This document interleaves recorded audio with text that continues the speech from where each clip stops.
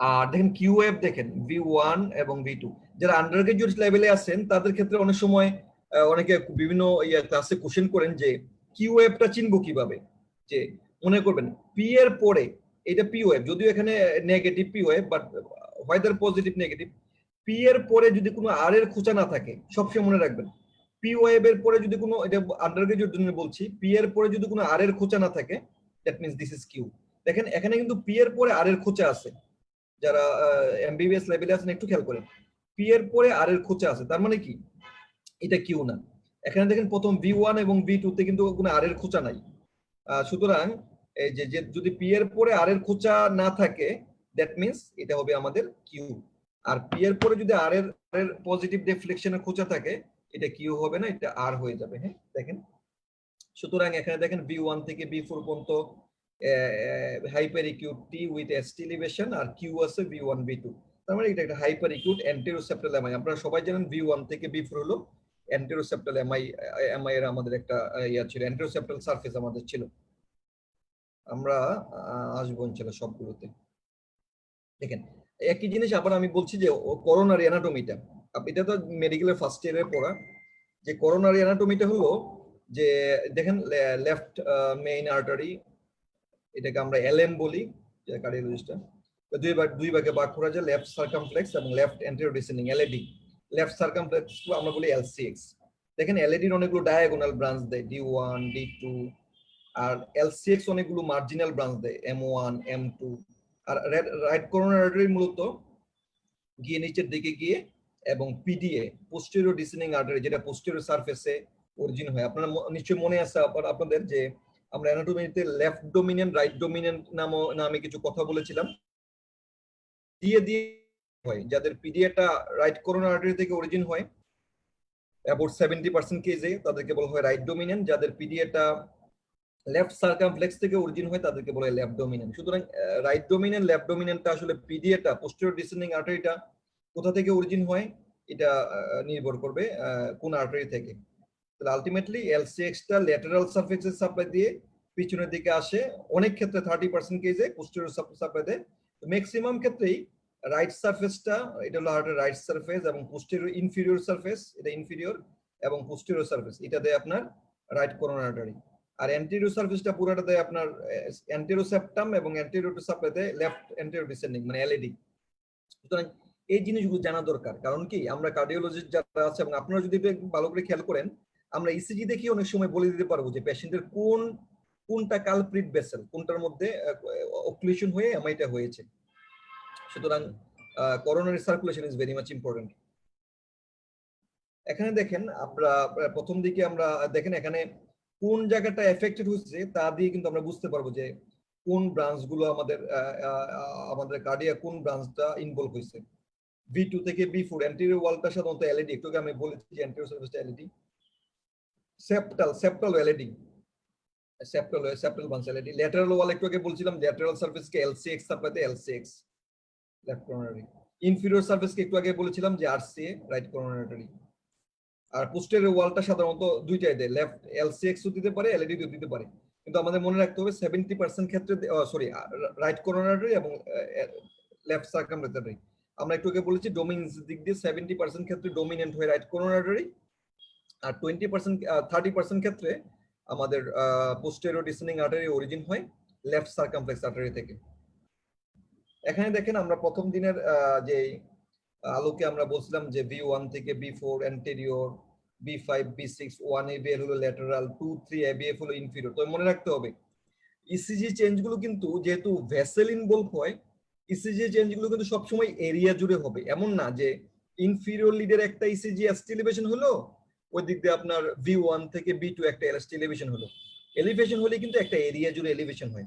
সুতরাং যেটা আপনি পাইবেন ওই এরিয়াতেই পাবেন, ওই এরিয়ার ম্যাক্সিমাম লিডে আপনার চেঞ্জ পাবেন। এমন না যে একটা ল্যাটারাল হলো, একটা অ্যান্টেরিয়র হলো, একটা ইনফিরিয়র হলো, এভাবে না, যেটা হয় ওই এরিয়া জুড়ে হবে। আমি সবগুলো এরিয়ারই আজকে এক্সাম্পল ইনশাআল্লাহ আপনাদেরকে দেখাই দেব। এবং একই কথা আমি একটু আগে যেটা বলেছি, কোন সারফেসটা এফেক্টেড হলে কোন আর্টারিটা আপনার ইনভলভ হয় ওটা এখানে দেখাচ্ছি। এখানে দেখেন যে প্রিকোডিয়াল লিড গুলো, আপনারা সবাই জানেন প্রিকোডিয়াল 6টা লিড থাকে, তার মধ্যে V1 V2 রিপ্রেজেন্ট করে সেপ্টাম। দেখেন হার্টের কোন জায়গাটা রিপ্রেজেন্ট করে, আমি পিকচার দিয়ে জাস্ট দেখিয়ে দিয়ে চেষ্টা করেছি।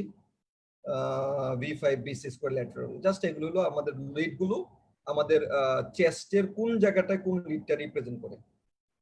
জাস্ট একই জিনিস আমরা একটু আগে যেটা বলেছি, ল্যাটারাল কোন জায়গাটা অ্যান্টেরিয়র, এগুলো প্রথম ক্লাসের ছবি। আমি এটা নিয়ে খুব বেশি আর ভিতরে যেতে যাচ্ছি না। এই জিনিসটা ভেরি মাচ ইম্পর্টেন্ট। আমাদের এমআই তে কি চেঞ্জ হয়? আমাদের এমআই তে দুইটা চেঞ্জ হয়, এটা প্রাইমারি চেঞ্জ, এটা সেকেন্ডারি চেঞ্জ। সবসময় যে সেকেন্ডারি চেঞ্জ পাওয়া যায় তা না, সেকেন্ডারি অনেক ক্ষেত্রেই পাওয়া যায়। দেখেন সাপোজ এটা হলো একটা আমাদের ল্যাটারাল সারফেস, এটা এমআই হলো, দেখেন এখানে এই কালো জায়গাটা দিয়ে একটা নেক্রোস পার্টটা আমি বুঝাচ্ছি, আর ঠিক এটার পিছনেই থাকে আপনার পোস্টেরিয়র সারফেস। তাহলে ল্যাটারালের ঠিক পিছনেই আপনার, সরি, ইনফিরিয়র সারফেস, ল্যাটারালের পিছনে ইনফিরিয়র সারফেস। তাহলে প্রাইমারি প্রসেস তো একটু আগে আমরা আলোচনা করছি, প্রাইমারি প্রসেস মানে অ্যাস্টিলিভেশন হয়। দেখেন এখানে অ্যাস্টিলিভেশন হচ্ছে প্রাইমারি প্রসেস। তার মানে কি, এই ল্যাটারাল 1 এবং এবিএল এই জায়গাটাকে আপনার রিপ্রেজেন্ট করছে, তার মানে এখানে একটা ইনফ্রাকশন, এখানে আমরা অ্যাস্টিলিভেশন দিয়ে আমরা ইনফ্রাকশনটা বোঝাচ্ছি। আর সেকেন্ডারি চেঞ্জ কি হয়? সেকেন্ডারি চেঞ্জ হয় এটার অপোজিটে, আপনার অপোজিট লিডে কিছু এসটি ডিপ্রেশন হয়, এটাকে বলা হয় রেসিপ্রোকাল চেঞ্জ। রেসিপ্রোকাল চেঞ্জটা যারা বিশেষ করে আন্ডার গ্রাজুয়েট আছেন তাদের জন্য একটু হয়তো নতুন মনে হতে পারে। রেসিপ্রোকাল চেঞ্জটা কি? সহজ কথা যদি বলি, রেসিপ্রোকাল চেঞ্জটা হলো যেই লিডে এস্টিলিভেশন হয়, হার্টের ঠিক অপোজিট সারফেসে এসটি ডিপ্রেশন হয়, this is the reciprocal change. আমি যদি আরেকটু ডিপলি বলি, রেসিপ্রোকাল চেঞ্জটা কেন হয়, রেসিপ্রোকাল চেঞ্জটা আসলে এবং সিগনিফিকেন্ট কি, প্রথমে আসি কেন হয়। রেসিপ্রোকাল চেঞ্জটা আসলে সবগুলো কারণ এক্স্যাক্টলি না, এখনো কিছু কনফিউশন আছে রেসিপ্রোকাল চেঞ্জ সম্বন্ধে। তার মধ্যে খুব মানে আপনার অ্যাকসেপ্টেড কয়েকটা কারণ আছে। তা অ্যাকসেপ্টেড কারণ হলো আপনারা জানেন ইসিজি কিন্তু একটা লিড বা দুইটা লিড নিয়ে না, ইসিজি পুরো 12টা লিডের একটা সমন্বিত পিকচার আমরা আমাদের ইসিজিতে পাই। একটা লিড বা দুইটা লিড দিয়ে কিন্তু ইসিজি হবে না। সুতরাং এখানে যেই একটা মানে নেক্রোসিস মানে কি, এখানে একটা ইলেকট্রিক্যাল উইন্ডো তৈরি হয়ে যাওয়া।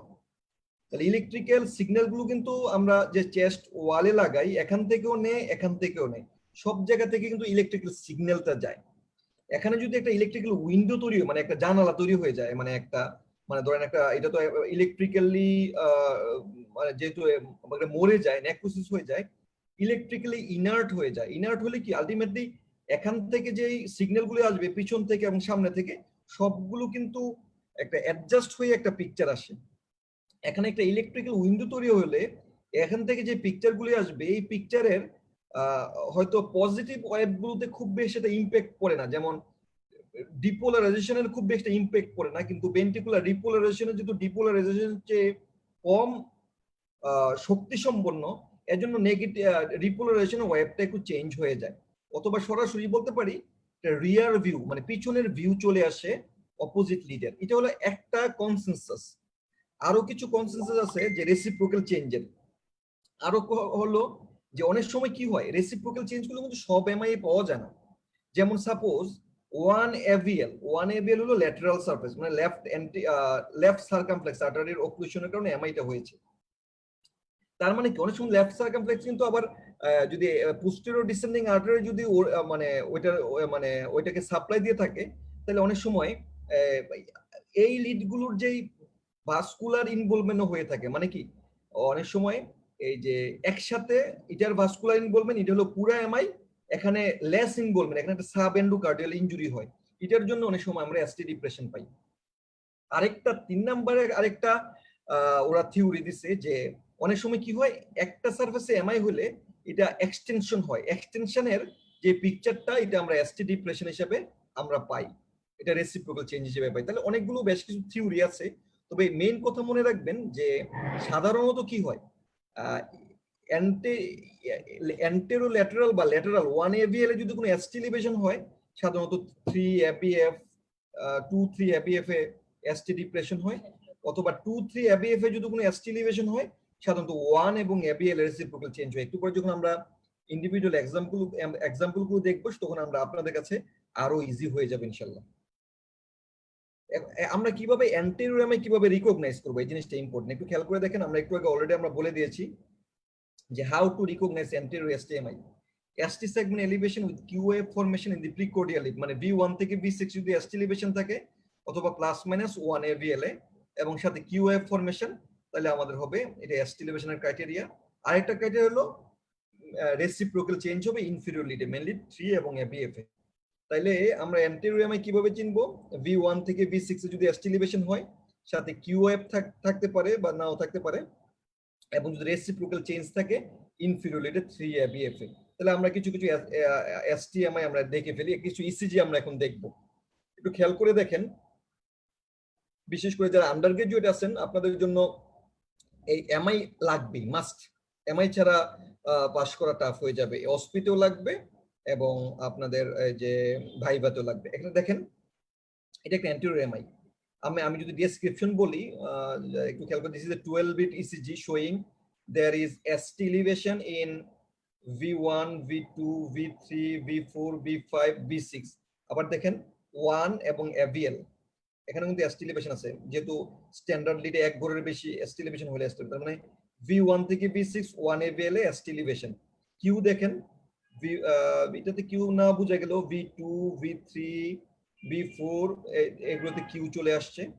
আর আমরা রেসিপ্রোকাল চেঞ্জ দেখবো, অ্যান্টেরিয়র এবং ল্যাটারাল হলে রেসিপ্রোকাল চেঞ্জ বলেছে কি ইনফিরিয়র লিডে। দেখেন 3 তে লিড 3 তে দেখেন এসটি ডিপ্রেশন আসছে, তার মানে এটা কি একটা একিউট অ্যান্টেরিয়র এসটি লিভারেট এটা আমাদের একিউট অ্যান্টেরিয়র। এখন আরেকটা কথা খেয়াল রাখবেন, এসটি এলিভেশনের ক্ষেত্রে এমআই এর ক্ষেত্রে বলতে হবে কনভেক্সিটি আপওয়ার্ডস, মানে উপরের দিকে উত্তল, কনভেক্স। এটা একটু পরে আমরা একটা প্যাথোলজি আলোচনা করব, পেরিকার্ডিস, ওইখানে কনকেভিটি আপওয়ার্ড থাকে। সুতরাং এমআই এর ক্ষেত্রে আমরা কনভেক্সিটি আপওয়ার্ড থাকে। 12-bit ECG showing there is ST elevation in V1 থেকে V6 1 AVL with convexity upwards, এই কথাটা আপনাদেরকে বলতে হবে। আরেকটা ECG দেখাচ্ছে আপনাদেরকে, দেখেন একই জিনিস, ST elevation in V1 এ ভালো করে বোঝা যাচ্ছে না, বাট V2, V3 দেখেন, V4, V5, V6 দেখেন সুন্দর কনভেক্সিটি আপওয়ার্ডস বোঝা যাচ্ছে।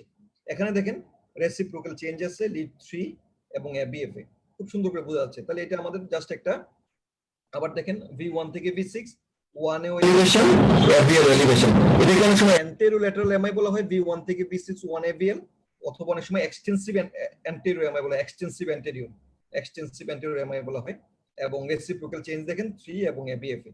তাহলে এটা একটা জাস্ট আমাদের anterior MI with reciprocal change in 3 এবং ABF। ফুল ডায়াগনোসিসটা যারা আন্ডার গ্রাজুয়েট লেভেলে আছেন, ডায়াগনোসিস যদি বলে যে হোয়াট ইজ ইউর ডায়াগনোসিস, আপনারা বলবেন this is a case of extensive anterior MI with reciprocal change in 3 এবং ABF। ও রেসিপ্রোকাল চেঞ্জের সিগনিফিকেন্সটা আপনাদের একটু বলি। রেসিপ্রোকাল চেঞ্জের সিগনিফিকেন্সটা নাম্বার 1, এমআই কে কনফার্ম করে যে এটা আর্লি রিপোলারাইজেশন না, এটা একটা এমআই। আরেকটা হলো ক্লিনিক্যাল সিগনিফিকেন্স, যাদের রেসিপ্রোকাল চেঞ্জ থাকে এবং যাদের রেসিপ্রোকাল চেঞ্জ থাকে না। যাদের রেসিপ্রোকাল চেঞ্জ থাকে তাদের কমপ্লিকেশনের রেটটা বেশি। মনে রাখতে হবে রেসিপ্রোকাল চেঞ্জ থাকে, মনে রাখতে হবে। আপনারা তো ডেভিডসন অনেকগুলো কমপ্লিকেশন দেয়া আছে, এমআই এর কমপ্লিকেশন গুলো ইম্পর্টেন্ট, অসপির জন্য ইম্পর্টেন্ট। রেসিপ্রোকাল চেঞ্জ থাকে, কমপ্লিকেশন বেশি হয়।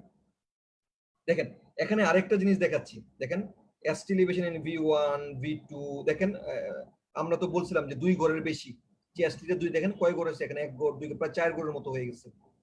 চেস্টলিতে 2 মিলিমিটার আর লিমলিতে 1 মিলিমিটার। দেন V1 V2 V3 V4 এগুলোতে এসটি এলিভেশন চলে আসছে, V5 এও তো এসটি ইনভার্সন। তাহলে এটা একটা অ্যান্টেরিয়র সেপ্টাল এমআই। এবং এই জিনিসটা এখানে ডিপ কিউ ওয়েভ দেখেন, V1 এ কিউ, V2 তে কিউ, V3 তে কিউ, V4 এ একটু আর এর খোঁচা আছে, কিউ বলা যায় না। সুতরাং এই ইসিজি প্যাটার্নটা কিন্তু একটা পেশেন্টের প্রায় 1 মাস পরে পাওয়া গেছিল।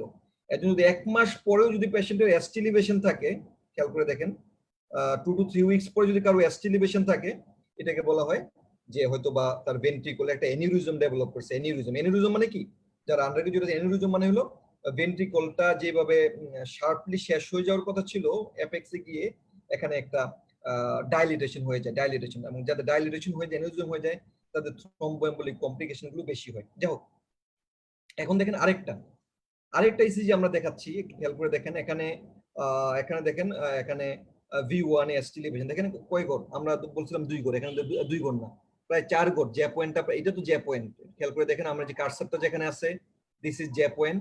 এখানে প্রায় আইসোইলেকট্রিক লাইন থেকে জ্যা পয়েন্টটা প্রায় 4 গড় উপরে উঠে গেছে। এখানেও দেখেন আইসোইলেকট্রিক লাইন থেকে, এটা তো আইসোইলেকট্রিক লাইন, টিপি লাইনটা আইসোইলেকট্রিক লাইন, এখানে প্রায় অনেক গড় উপরে উঠে গেছে।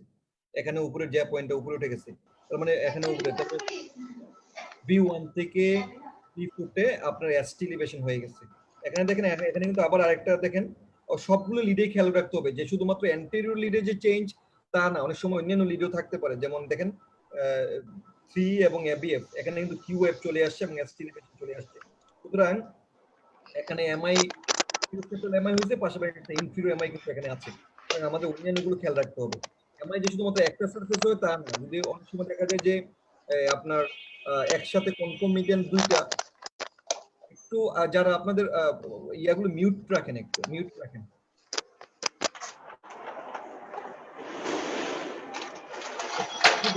মিউট করে দেন।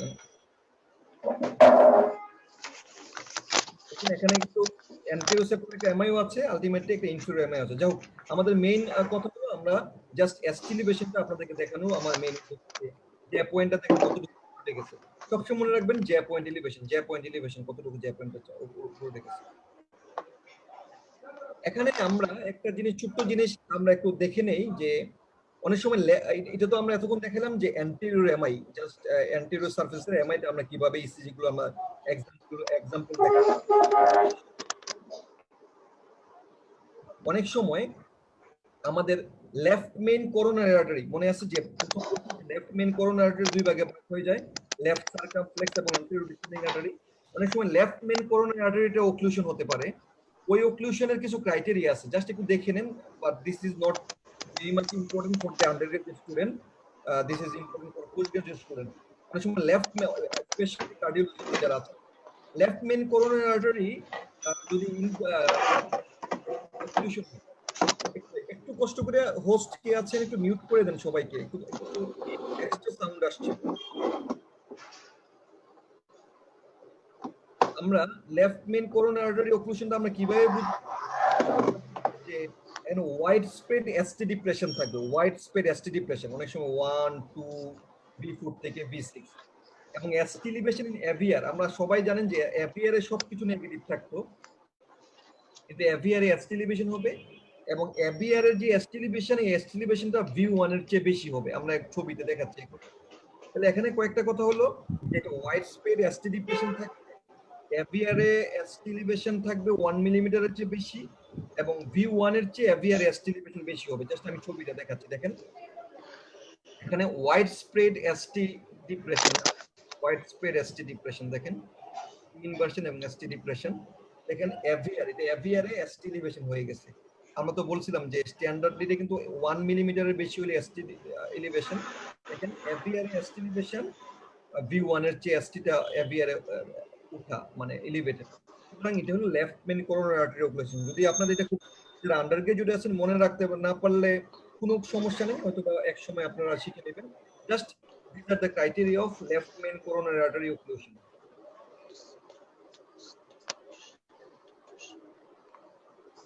এখন আরেকটা ক্লিনিক্যাল কেস আমরা একটু দেখব, একটু খেয়াল করে দেখেন। এটা একটা আরেকবার বললে ভালো হতো, লেফট মেইন করোনারি আর্টারি না, জি ওটা আরেকবার প্লিজ। হ্যাঁ, লেফট মেইন করোনারি আর্টারিটা আমরা মানে জাস্ট বুঝা যে একবারে শুরুতেই লেফট যদি কারো টিপিক্যাল প্রেজেন্টেশন থাকে, টিপিক্যাল চেস্ট পেইন এবং টিপিক্যাল প্রেজেন্টেশন থাকে, ওই পেশেন্টকে যদি আমরা এমন কিছু ফিচার পাই যেখানে ওয়াইড স্প্রেড, তাদের সরাসরি কোনো অন্যান্য লিডে এসটি এলিভেশন নাই, বাট তাদের ওয়াইড স্প্রেড এসটি ডিপ্রেশন থাকে, দেখেন B4 B5 B6 2তে ST depression, FBL ST depression, মানে ওয়াইড স্প্রেড এসটি ডিপ্রেশন পাচ্ছি। কিন্তু wide spread ST depression patient যদি টিপিক্যাল চেস্ট পেইন থাকে, আপনি চলে যাবেন এভিয়ারে। আমরা কিন্তু এভিয়ার সবসময় দেখি না, এভিয়ার শুধু দেখি ডেক্সট্রোকার্ডিয়াতে, একটু দেখি যে ডেক্সট্রোকার্ডিয়াতে নরমাল ওয়েভ থাকে। আপনারা যদি দেখেন wide spread ST depression with typical symptoms, পাশাপাশি এভিয়ারে এসটি এলিভেশন, তাহলে আমাদের মনে করতে হবে যে পেশেন্টের তো লেফট মেইন করোনারি আর্টারি, যেটা মানে LAD এবং LCX কে ব্রাঞ্চ দেওয়ার আগে মেইন লেফট মেইন কিন্তু হার্টের মা বাপ, মানে হার্টের ভাস্কুলার মা বাপ, প্যারেন্টস হলো লেফট মেইন। তার মানে কি সবগুলোতে এসটি ডিপ্রেশন আছে এবং এভিয়ারে এসটি লিভেশন আছে। দ্যাট মিন্স এই পেশেন্টের হয়তো আমরা চিন্তা ভাবনা করতে পারি লেফট মেইন করোনারি আর্টারিটা ওক্লুশন হয়ে গেছে। এটা হলো আমাদের clue for diagnosing of left main coronary artery. এখন আমরা আসবো আরেকটা আরেকটা সিনারিওতে। দেখেন একটা একটা 34 years diabetic male emergency department of DMCH আসছে with the complaints of chest tightness বা chest heaviness radiates to epigastric region. তারা কোনো অন্য জায়গায় রেডিয়েট না, এপিগ্যাস্ট্রিক রিজিয়নে রেডিয়েট করছে। এক্সামিনেশন করে দেখলাম তার ব্লাড প্রেশারটা 110/80। এটা সাবলিঙ্গুয়াল নাইট্রেট দেওয়ার পরে হঠাৎ করে 90/60 হয়ে গেছে, তার মানে ব্লাড প্রেশার ফল করছে। এবং নেক্সট স্লাইডে তার ইসিজিটা দেওয়া হয়েছে, একটু খেয়াল করে দেখেন ইসিজিটা। তার মানে কি তার চেস্ট পেন হয়েছে এপিগ্যাস্ট্রিক রিজিয়নে। মানে একটা আমাদের একটা যে মোটামুটি আমাদের একটা ইয়ে হয়েছে, এটা একটা এমআই হবে এবং সাধারণত এপিগ্যাস্ট্রিক রিজিয়নে রেডিয়েট করলে ইনফিরিয়র এমআই হয়, ইনফিরিয়র এমআই। আমরা হয়তো হ্যাঁ একটা ইসিজি দেখাচ্ছি আপনাদেরকে।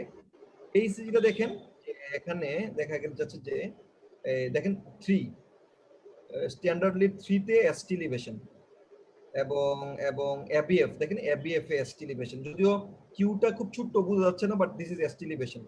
এখান দেখেন রেসিপ্রোকাল চেঞ্জ, দেখেন এভিএল এ রেসিপ্রোকাল চেঞ্জ আসছে, রেসিপ্রোকাল চেঞ্জ। তার মানে কি this is A 12 lead ECG showing ST elevation with convexity upwards in 3 ABF, Q in Q wave formation in 3। একটু একটু হোস্ট হোস্ট কি আছে, একটু বাকিদেরটা মিউট করে রাখেন, একটু খুব সাউন্ড আসে, এক্সট্রা সাউন্ড নাই, ওনার লাইনে নাই নাকি? ওনারা মনে হয় নাই স্যার, আপনি তো কো হোস্ট, আপনিও মিউট করতে পারবেন স্যার সবাইকে। করা যাবে না, এটা ওনার লাইনে মনে চলে গেছে। আমি মোর লেভেল পার্টিসিপেন্ট জেনারেশন। আচ্ছা যাই হোক, যারা আছেন একটু আপনার খেয়াল করে দেখেন যে আপনাদের সাউন্ড গুলো না আসে, নিজেরা একটু মিউট করে রাখেন যারা পার্টিসিপেন্ট আছেন। দেখেন আমরা যে এখানে আমরা এসটি লিভেশন পাইলাম 3 তে ABF A with QF formation এবং রেসিপ্রোকাল চেঞ্জ পেলাম এভিএল এ। আমরা এগুলো জাস্ট এটা শিরোনাম, বিস্তারিত আসতেছি। ইনফিরিয়র এমআই এর ক্ষেত্রে আমরা ইনফিরিয়র এমআই কিভাবে রিকগনাইজ করব, যারা আন্ডারগ্রাজুয়েট আছেন একটু খেয়াল করে শুনেন। ইনফিরিয়র এমআই এর পেইন কিন্তু অনেক সময় আমরা এপিগ্যাস্ট্রিক রিজিয়নেও পেতে পারি, জাস্ট এপিগ্যাস্ট্রিক রিজিয়নে।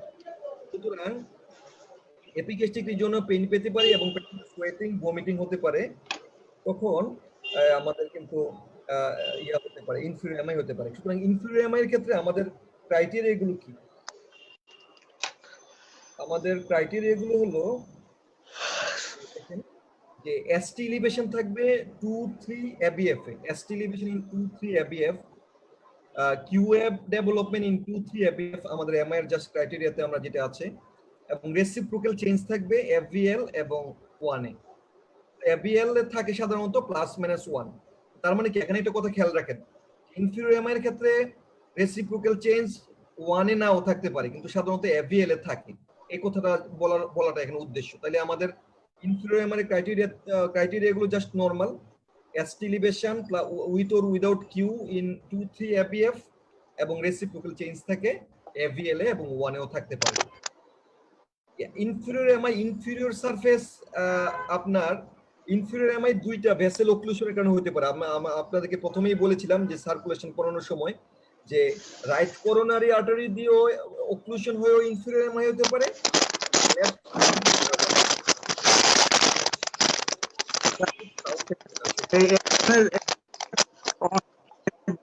দেখা যাচ্ছে তো, তার নাম এটা দেখাই যাচ্ছে, সে বুঝতে পারতেছে না, এটা অফ হয়ে মিউট হতে পারতেছে না।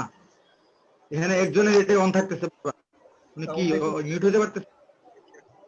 একটু যারা পার্টিসিপেট করছেন একটু কষ্ট করে আপনাদের মিউটটা একটু মিউট করে দেন। আপনারা নিজেদের সবাই নিজেদের একটু মিউট করে দেন। হ্যাঁ, জিনিসগুলো খুবই ইম্পর্টেন্ট, কারণ এমন আসলে অনেকগুলো লেকচার বিভিন্ন সময় আমরাও লেকচার করেছি, এমন গুছানো সবগুলো আলাদা আলাদা করে নাই। মানে একটু যদি আপনারা দেখেন আপনাদের জন্য হয়তো কোনো না কোনো ক্ষেত্রে কাজে লাগবে ইনশাআল্লাহ। যাই হোক, আমরা রাইট করোনারি আর্টারি আমরা কিভাবে ডায়াগনোসিস করব, যে এটা কি রাইট করোনারি আর্টারি নাকি লেফট সার্কামফ্লেক্স, আমরা কিভাবে ডায়াগনোসিস করব জাস্ট একটু খেয়াল রাখতে শুনেন, আপনাদের জন্য খুব ইজি হয়ে যাবে। রাইট করোনারি আর্টারির ক্ষেত্রে আমরা একটু পরে এক্সাম্পল দেখাবো। যে এসটি এলিভেশনটা লিড 3 তে বেশি থাকে লিড 2 এর চেয়ে, এক নাম্বার পয়েন্ট। তার মানে কি ST elevation in lead 3 more than ST elevation in lead 2। Reciprocal change থাকে 1 ABL এ, 1 ABL ও থাকতে পারে, একটাতেও থাকতে পারে, 1 ABL দুইটাতেই থাকতে পারে। অনেক সময় রাইট ভেন্ট্রিকুলার ইনফেকশনের সাইন পাওয়া যায়। রাইট ভেন্ট্রিকুলার ইনফেকশন কোথায় পাওয়া যায় আমি একটু আগে আপনাদেরকে বলে দেবো। রাইট ভেন্ট্রিকুলার ইনফেকশন অনেক সময় থাকে যদি আমরা রাইট সাইডের লিড করি, কিছু রাইট সাইডের লিড আপনাদেরকে আমি বলে দেব। তাহলে কয়েকটা পয়েন্ট বললাম, আবারও দেখাই। এসটি এলিভেশন লিড 3 তে মানে 3 তে থাকবে 2 এর চেয়ে বেশি। রেসিপ্রোকাল চেঞ্জ থাকবে AVL এ, মানে 1 এর চেয়ে AVL 1 দুইটাতেই থাকতে পারে। আর কিছু রাইট ভেন্ট্রিকুলার ইনফেকশনের সাইন থাকবে। আমি ইসিজিটাতে যাচ্ছি, একটু খেয়াল করে দেখেন। এখানে দেখেন এই লিড 2 তেও এসটি এলিভেশন আছে, 3 তেও এসটি এলিভেশন আছে। একটু খেয়াল করে দেখেন এই 2 এর চেয়ে কিন্তু 3 তে এসটি এলিভেশনটা অনেক বেশি, একবারে খালি চোখে দেখা যাচ্ছে খুব সুন্দর করে। এখানে কোনো মাইক্রোস্কোপিক ভিউ এর দরকার নেই। দেখেন লিড 3 তে 2 এর চেয়ে বেশি, তার মানে কি একটা পয়েন্ট দিয়ে আমরা বুঝে যাচ্ছি মনে হয় এটা রাইট করোনারি আর্টারি অক্লুশন আছে। দেখেন AVL এ রেসিপ্রোকাল চেঞ্জ। এখানে দেখেন একটু খেয়াল করে যে রাইট সাইডের লিড কি। রাইট সাইডের লিড কিছুই না, আমরা প্রথম দিন আমরা বলেছি যে কোন কোন জায়গায় আমরা চেস্ট লিড গুলো লাগাই।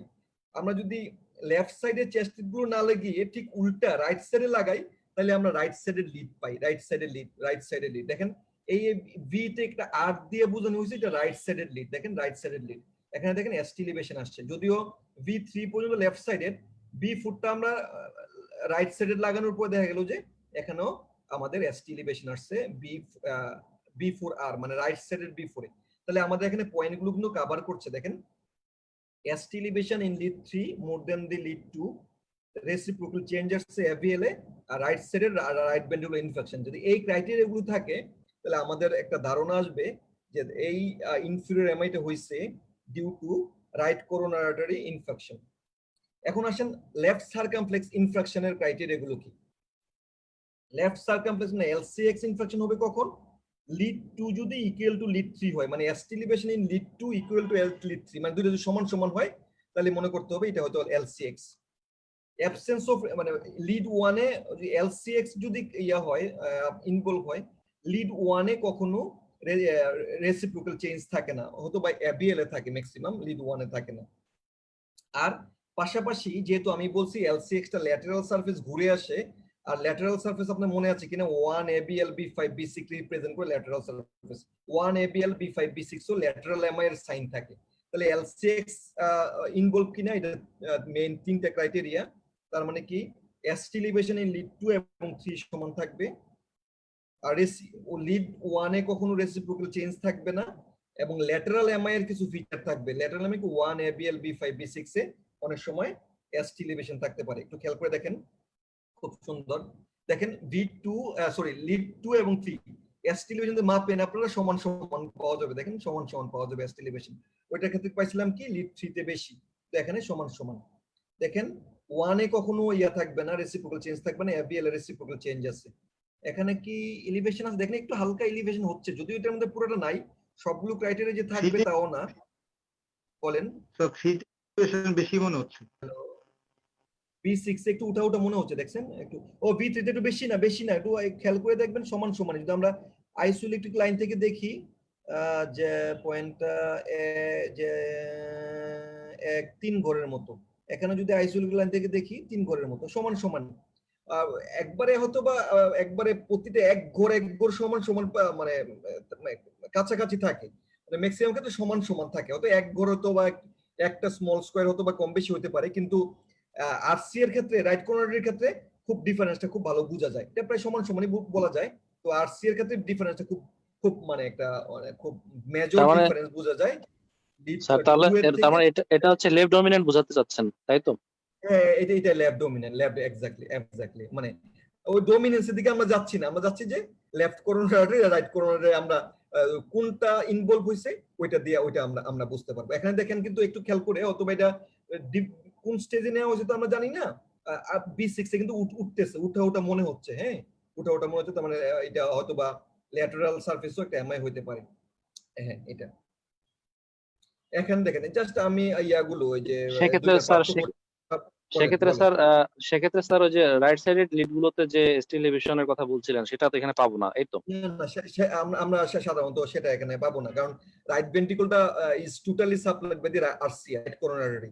সুতরাং লেফট সার্কালের জন্য সাধারণত কখনো রাইট ভেন্ট্রিকুলার ইনফেকশন পাওয়া যাবে না, ঠিক আছে? তাহলে এক সহজ কথা, কেন এখান থেকে ক্লু পাইছেন, আমরা কখন রাইট সাইডে ডিসিজি করব? যদি দেখি যে এই যে আপনার ওই দিক দিয়ে V3 মানে 3 এর এসটি এলিভেশনটা 2 এর চেয়ে বেশি, তখন আমরা রাইট সাইডে ডিসিজি করার চিন্তা ভাবনা করব। হ্যাঁ, সুতরাং যদি সমান সমান থাকে আমরা রাইট সাইডে ডিসিজি না করলে আমাদের হয়। দেখেন আরসি অক্লুশন হলো লিড 3 টা লিড 2 এর চেয়ে এসটি এলিভেশন বেশি থাকবে, এলসিএক্স টা সমান সমান থাকবে, রেসিপ্রোকাল 1 এ এবং এবিএল দুইটাতেই থাকতে পারে। এখানে 1 এ থাকে না, কিন্তু এবিএল এ থাকে, কথাটা হবে এবিএল এ থাকতে পারে। এখানে যেমন এসটি এলিভেশন V1 এবং V4 রাইট ভেন্ট্রিকুলার ইনফেকশনের ফিচার গুলো পাই, আর এখানে পাই কি 1 ABL B5 B6 এ মানে ল্যাটারাল ভেন্ট্রিকুলার ইনফেকশনের ফিচার আমরা পাই। তাহলে দুইটার আমরা পার্থক্যগুলো একটু দেখে নিলাম। এখন আসবো আমরা ল্যাটারাল এমআই কিভাবে রিকগনাইজ করব। জাস্ট কিছু ছবি দেখাবো আপনাদেরকে যে ল্যাটারাল, আপনারা তো জানেন যে 1 FVL B5 B6 এই চারটাতে যদি এসটি এলিভেশন হয় তখন আমরা বলি ল্যাটারাল এমআই।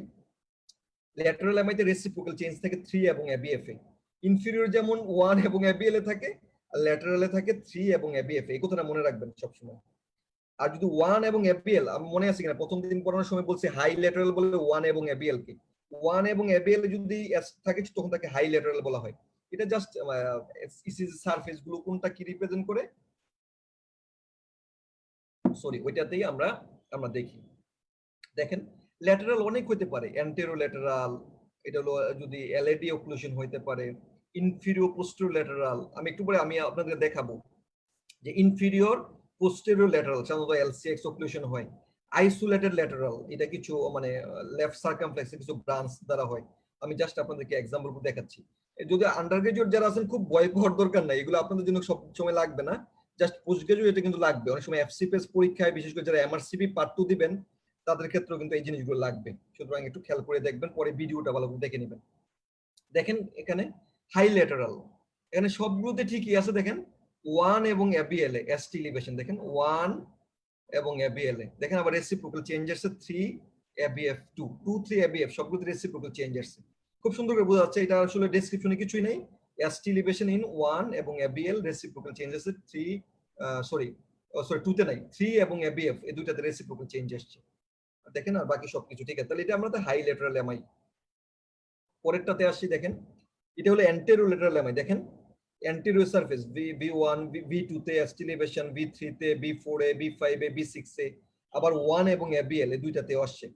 আর রেসিপ্রোকাল চেঞ্জ দেখেন লিড 3 তে রেসিপ্রোকাল চেঞ্জ। তার মানে এটা হলো অ্যান্টেরিয়র, তার মানে অ্যান্টেরিয়র সারফেস এবং ল্যাটারাল সারফেস সবগুলো মিলে এটাকে অনেক সময়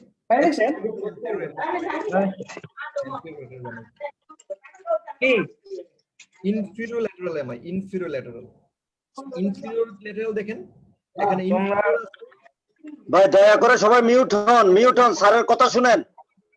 একটু মিউট হওয়া দরকার আসলে, বুঝলাম না আমার মনে অনেকে লাইন এসে আবার চলে গেল কিনা। দেখেন তো ভাত খাইতে চলে যাচ্ছে, মিউট হইতে দেখেন ইনফিরিয়র ল্যাটারাল কি একটু খেয়াল করে দেখেন। এটা হলো একটু আগে আপনাদেরকে বলছিলাম না যে এলসিএক্স অক্লুশন হয় ইনফিরিয়র ল্যাটারাল। দেখেন একটু খেয়াল করে দেখেন, এখানে দেখেন লিড 2 লিড 3 দুইটাতে এসটি এলিভেশন এমআই, দেন এবিএফ এসটি এলিভেশন এমআই। দেখেন এখানে B5 B6 এবং 1 সরি B5 B6 1, দেখেন B5 B6 1 ABL নাই, বাট B5 B6 এ দেখেন এসটি এলিভেশন আসছে। তার মানে কি ইনফিরিয়র এমআই এর সাথে B5 এবং B6 এই দুইটাতে এসটি এলিভেশন আসছে। তার মানে কি এটা একটা ইনফিরিয়র এবং lateral, inferior lateral MI. Just example গুলো আপনাদেরকে দেখাচ্ছি।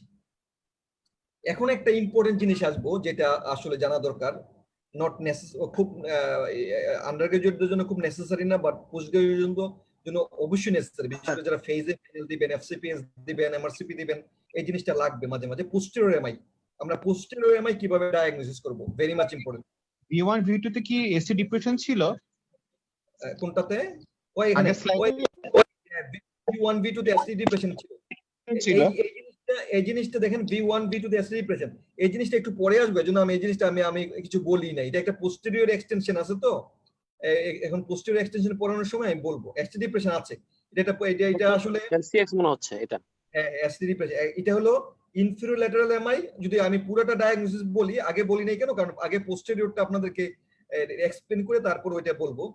এইটা পুরোটা ডায়াগনোসিস হবে inferior lateral MI with posterior extension. একটু পরে আমি পোস্টেরিয়র এক্সটেনশনের ক্রাইটেরিয়া গুলো বললে আপনাদের কাছে আর একটু ক্লিয়ার হয়ে যাবে। মানে কোন আর্টারি ইনভলভ মনে হচ্ছে এটা স্যার? এটা ইনভলভ হচ্ছে লেফট ডমিনেন্ট সরাসরি এলসিএক্স ইনভলভমেন্ট হচ্ছে যেখানে আপনার ইনফিরিয়রের সাথে ল্যাটারাল যাবে। রাইট করোনারি আর্টারি কিন্তু কখনো ল্যাটারাল সারফেসে যায় না, রাইট করোনারি আর্টারি যায় আপনার রাইট সাইডে এবং রাইট ভেন্ট্রিকলে। দেখেন ইনফিরিয়র সারফেস ইনভলভ এবং ল্যাটারাল সারফেস ইনভলভ, পাশাপাশি পোস্টেরিয়র সারফেস ইনভলভ। সুতরাং এটা LCx left circumflex artery involve এবং পাশাপাশি এটা পিডিএটা অরিজিন হয়েছে লেফট সার্কামফ্লেক্স থেকে। সুতরাং একবারে ক্লিন কাট লেফট সার্কামফ্লেক্স আর্টারি ইনভলভমেন্ট হয়েছে। এখানে ফুল ইসিজি ডায়াগনোসিসটা হলো this is a case of ST elevated MI inferior lateral with posterior MI, posterior extension আছে। এখন আমি পোস্টেরিয়র এক্সটেনশনের ক্রাইটেরিয়া গুলো বললে আপনাদের জন্য আরো একটু ইজি হয়ে যাবে। পোস্টেরিয়র এমআই আমরা কখন চিন্তা ভাবনা করব? যখন করব ইনফিরিয়র ও ল্যাটারাল ইনফেকশন থাকবে পেশেন্টের, ইনফিরিয়র অথবা ল্যাটারাল, এবং ইনফিরিয়রের সাথে যদি ল্যাটারাল থাকে আরো বেশি আমরা চিন্তা ভাবনা করব। Evidence of posterior MI is any patient with inferior এবং ল্যাটারাল এমআই থাকলে আমরা পোস্টেরিয়র এমআই চিন্তা ভাবনা করব। তাহলে পোস্টেরিয়র এমআই এর ক্রাইটেরিয়া গুলোকে একটু খেয়াল করে দেখেন। ইনফিরিয়র অথবা ল্যাটারাল এমআই এর সাথে যদি V1 থেকে V3 এর মাঝে কিছু চেঞ্জ থাকে, what are those change? Horizontal ST depression হবে হরাইজন্টাল লেভেলে, একটু পরে আমরা আসছি। টল আর ওয়েভ গুলো ব্রড হবে, টল এবং ব্রড। টি ওয়েভটা আপরাইট হবে, একটু পরে আমরা দেখাবো। ডমিনেন্ট আর হবে।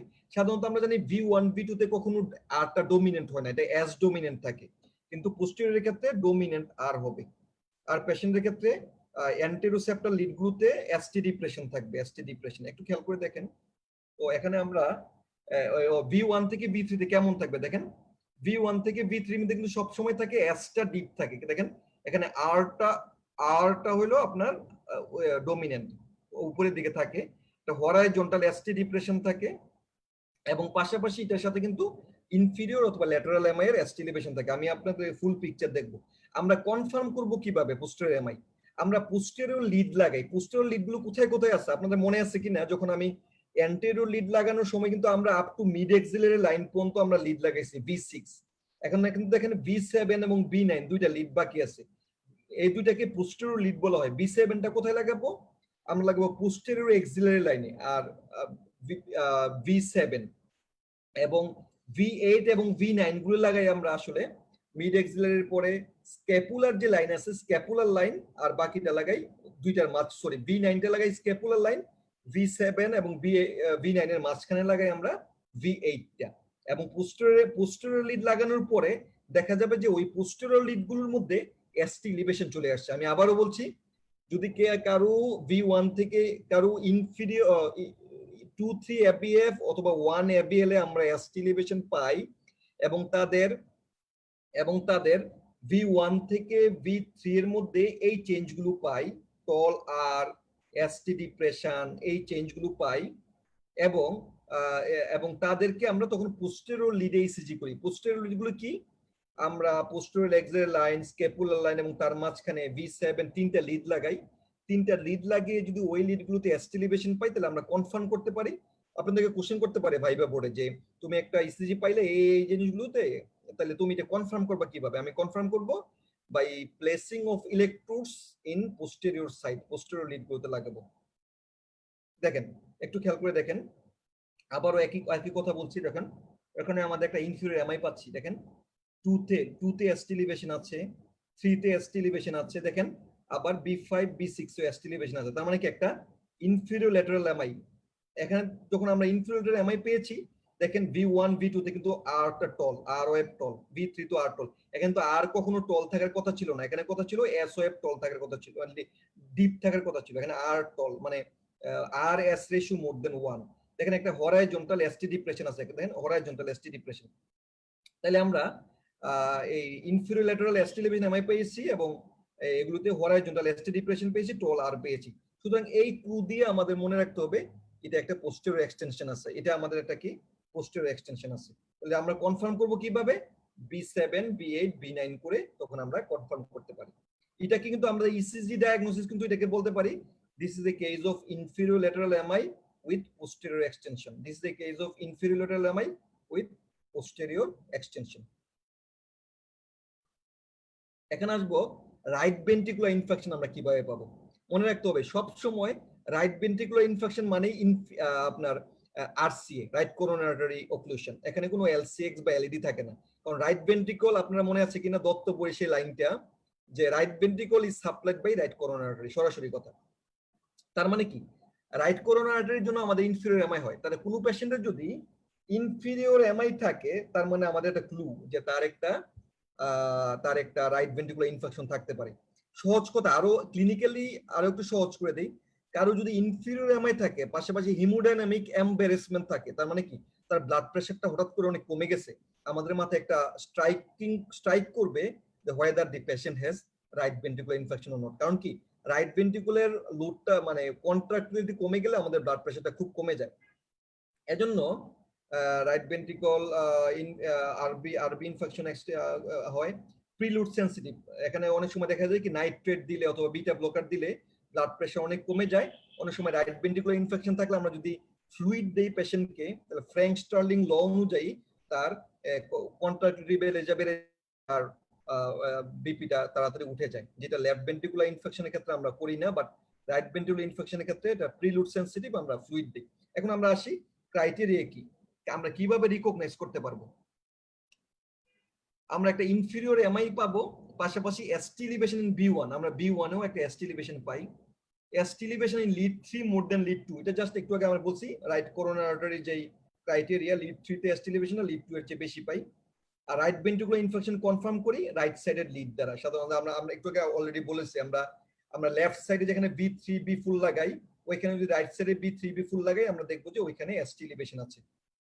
আমরা আরবি লিড গুলো জাস্ট আপনাদেরকে দেখাই দেওয়ার জন্য আমি দেখাইছি। দেখেন আমরা যখন নরমাল লিড গুলো লাগাই V1 টা লাগাই কিন্তু রাইট সাইডে এবং B6 টা আপ টু যায় মিড এক্সিল লাইন পর্যন্ত। এখানে দেখেন আমরা V1 টা লাগাই লেফট সাইডে আর বাকিগুলো রাইট সাইডে লাগাই। এগুলো রাইট সাইডের লিড গুলো জাস্ট দেখানোর জন্য আপনাদেরকে। এই দেখেন একটা টিপিক্যাল একটা দেখেন এখানে আমরা কি পাইলাম, আমরা লিড 3 তে lead ST elevation in lead 3 more than lead 2। দেখেন V1 এ কিন্তু ST এলিভেশন পাইছি, তার মানে কি লিড 3 তে মোর দ্যান লিড 2 এবং B1 ST এলিভেশন, তাহলে আমাদের মাথায় স্ট্রাইক করছে whether there is any আপনার আরবি ইনফেকশন অর নট। তখন এই পেশেন্টের ক্ষেত্রে আমরা কি করছি রাইট সাইডে ইসিজি লাগাইছি। দেখেন B4R, দেখেন রাইট সাইডে ইসিজি লাগানোর পরে শুধুমাত্র এখানে B4 দেখা হয়েছে, দেখেন এখানে B4 এ ST এলিভেশন আসছে, তার মানে এটা একটা ইনফিরিয়র এমআই সাথে একটা আরবি ইনফেকশনের ফিচার আসছে। এখন একটা দেখাবো এক্সটেন্সিভ, একবার সবগুলোতে ST এলিভেশন।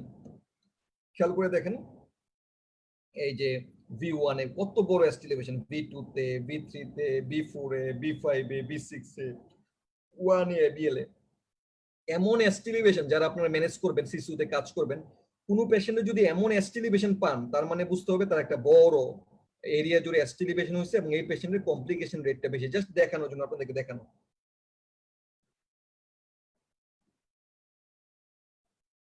এখানে দেখেন ইনফিরিয়র এমআই, আমি একটু আগে বলেছি যে এমআই এর ST এলিভেশনটা সবসময় আপনারা বলবেন যে কনভেক্সিটি আপওয়ার্ডস, কিন্তু কিছু কিছু ক্ষেত্রে ইনফিরিয়র এমআই এর ক্ষেত্রে কনকেভিটি মনে হয়, যেমন বিশেষ করে ইনফিরিয়র এমআই এর ক্ষেত্রে বেশি পাওয়া যায় 2-3 ABF।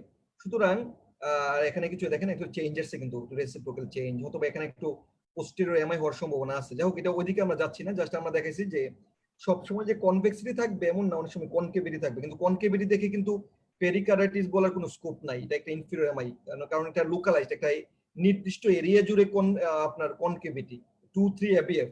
এখানে যদি সবগুলো লিডে কনকেভিটি আপওয়ার্ডস থাকতো তাহলে মনে করতেন যে আপনার না এটা পেরিকার্ডাইটিস, বাট এটা একটা নির্দিষ্ট এরিয়া জুড়ে 2-3 ABF এবং পেশেন্টের সিম্পটম হয়তো টিপিক্যাল সিম্পটম আছে। জাস্ট আপনাদেরকে দেখানোর জন্য যে এমআই তে অনেক সময় কনকেভিটি আপওয়ার্ডস থাকে। জাস্ট এটা প্রথমেই আপনাদেরকে দেখানো হয়েছে যে কোন কোন এরিয়াগুলোতে হইলে আপনার কোন কোন আর্টারি অক্লুশন হয়, এটা জাস্ট দেখানোর জন্য এটা আমরা যাচ্ছি না। একিউট করোনারি সিনড্রোম, একটু খেয়াল করে দেখেন। একিউট করোনারি সিনড্রোম আমি প্রথমেই অলরেডি বলে দিয়েছি যে আমরা নন এসটি এসসিএস এবং ST SCS, non ST SCS দুই ভাগে বিভক্ত, আনস্টেবল এনজেনা, নন এসটিএমআই।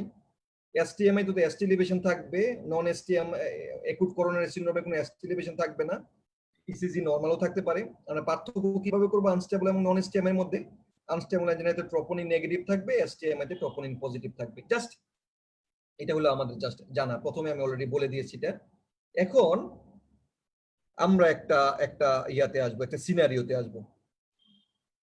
একটা 25 ইয়ার্স ইয়াং মেল জেনারেল ফিজিশিয়ানের কাছে গেছে, complain of chest pain 2 days, মানে 2 দিন ধরে তার চেস্ট পেইন, সাথে রানি নোজ মানে একটা viral episode history for 7 days, fever আছে, তার জ্বর আছে, প্রিকোর্ডিয়াম একটা স্ক্র্যাচি সাউন্ড মানে আপনার রাব, পেরিকার্ডিয়াল রাব আছে।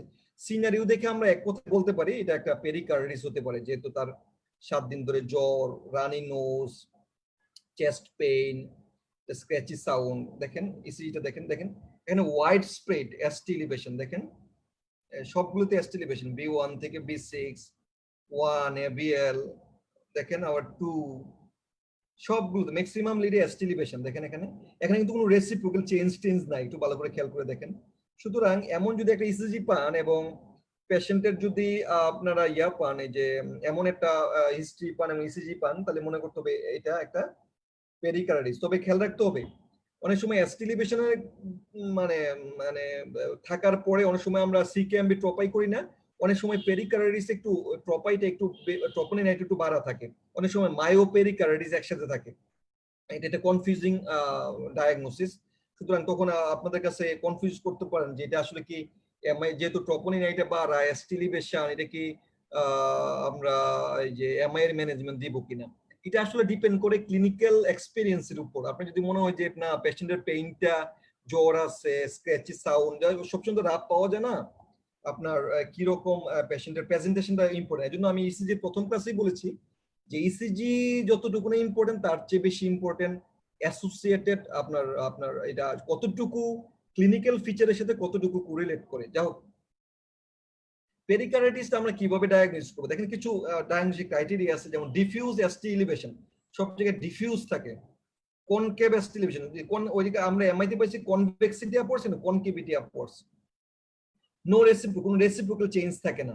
ও এখানে আরেকটা ইম্পর্টেন্ট জিনিস থাকে, পিয়ার সেগমেন্ট ডিপ্রেশন। দেখেন মনে আছে কিনা, পিয়ার ইন্টারভাল কিন্তু পি ওয়েভ এর শুরু থেকে আর ওয়েভ পর্যন্ত, কিন্তু পিয়ার সেগমেন্ট কিন্তু আমি ওই দিন বলে দিয়েছিলাম অলরেডি আপনাদেরকে যে পি ওয়েভ এর শেষ থেকে আর ওয়েভ পর্যন্ত, এটাকে বলে পিয়ার সেগমেন্ট।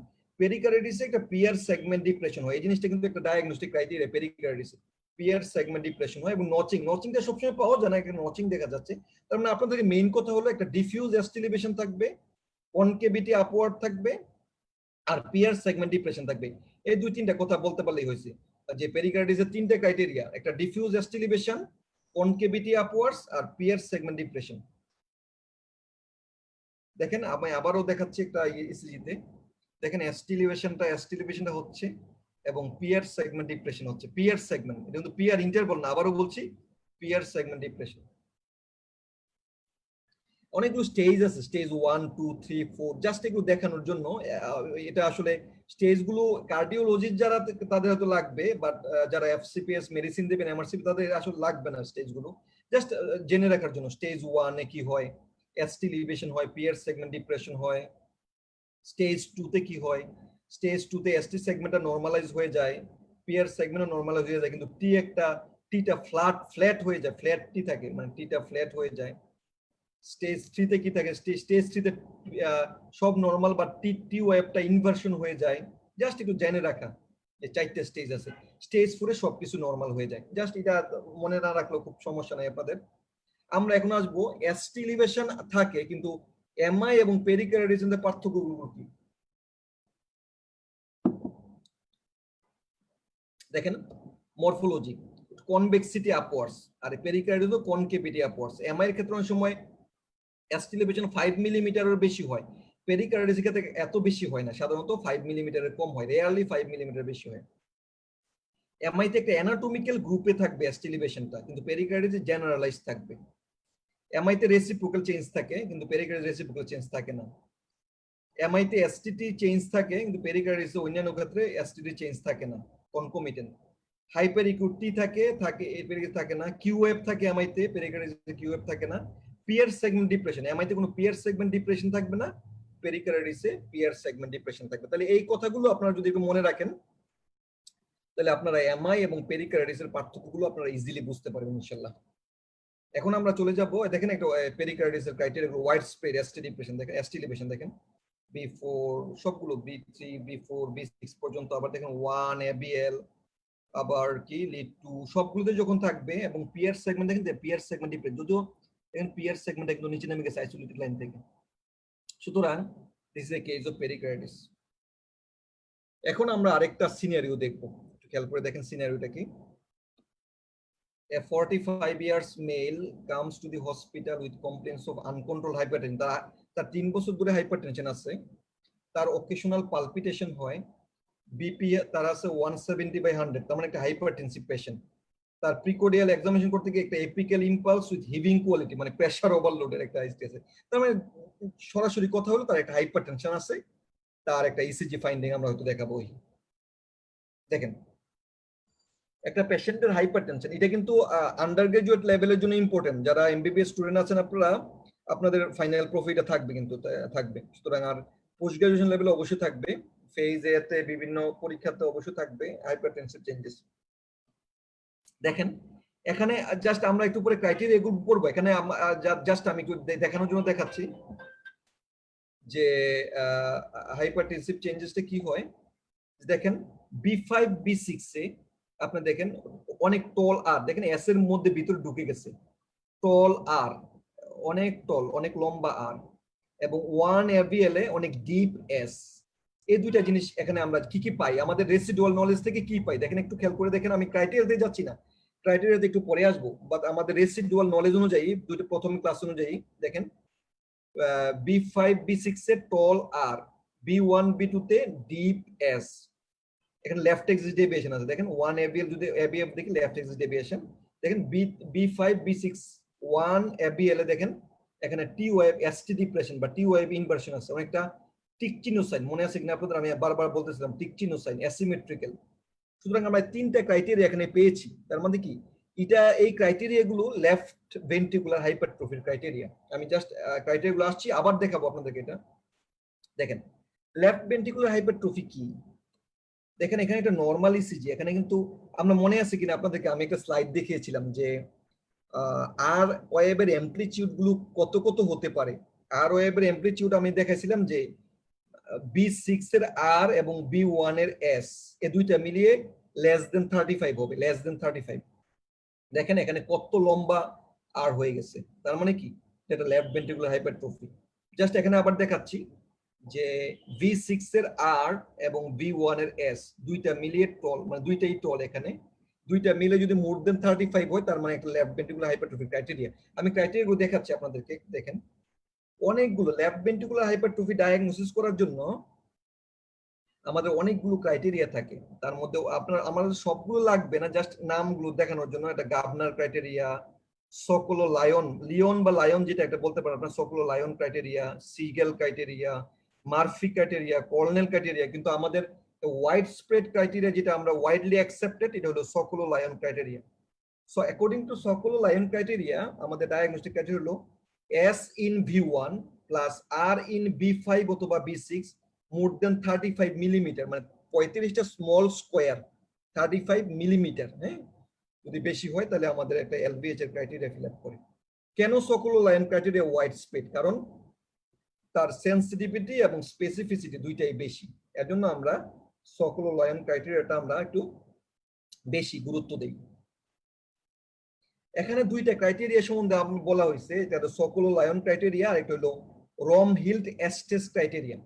আপনারা একটু দুইটাই একটু পড়ে নেবেন, কারণ আমরা যদিও LVH টা লেফট ভেন্ট্রিকুলার হাইপারট্রফিটা সকলো লায়ন ক্রাইটেরিয়া দিয়ে আমরা ডায়াগনোসিস করি, কিন্তু রম হিল্ড এস্টেসটাও ইম্পর্টেন্ট। অনেক সময় বিভিন্ন লেভেলে অত অনেক সময় ধরে যে কি কি পয়েন্ট থাকতে পারে, অনেকগুলো পয়েন্ট আছে রম হিল্ড এস্টেসে, কিন্তু সকল লাইন হলো মেন হলো SV1 S in V1 plus R in V5 বা V6 more than 3.5 millivolt মানে 35 millimeter, R R in AVL AVL এর আরটা হলো more than 11 millimeter 1.1 millivolt, millivolt কিন্তু মিলিমিটারতে আলাদা, 10 মিলিমিটার ইকুয়াল টু 1 millivolt। আর রম হিল স্টেজে অনেকগুলো স্কোর আছে, যেমন যদি ভোল্টেজ স্কোরের জন্য 3, এসটিডি চেঞ্জের জন্য 3, লেফট এট্রিয়াল এনলার্জমেন্টের জন্য 3, অনেকগুলো স্কোর আছে। জাস্ট আপনারা একটু দেখে নিন জিনিসটা, যেহেতু আমরা সকল লাইনটা নিয়ে আলোচনা করছি, বাট জাস্ট এটা আপনাদেরকে দেখে রাখার জন্য এবং মনে রাখার জন্য।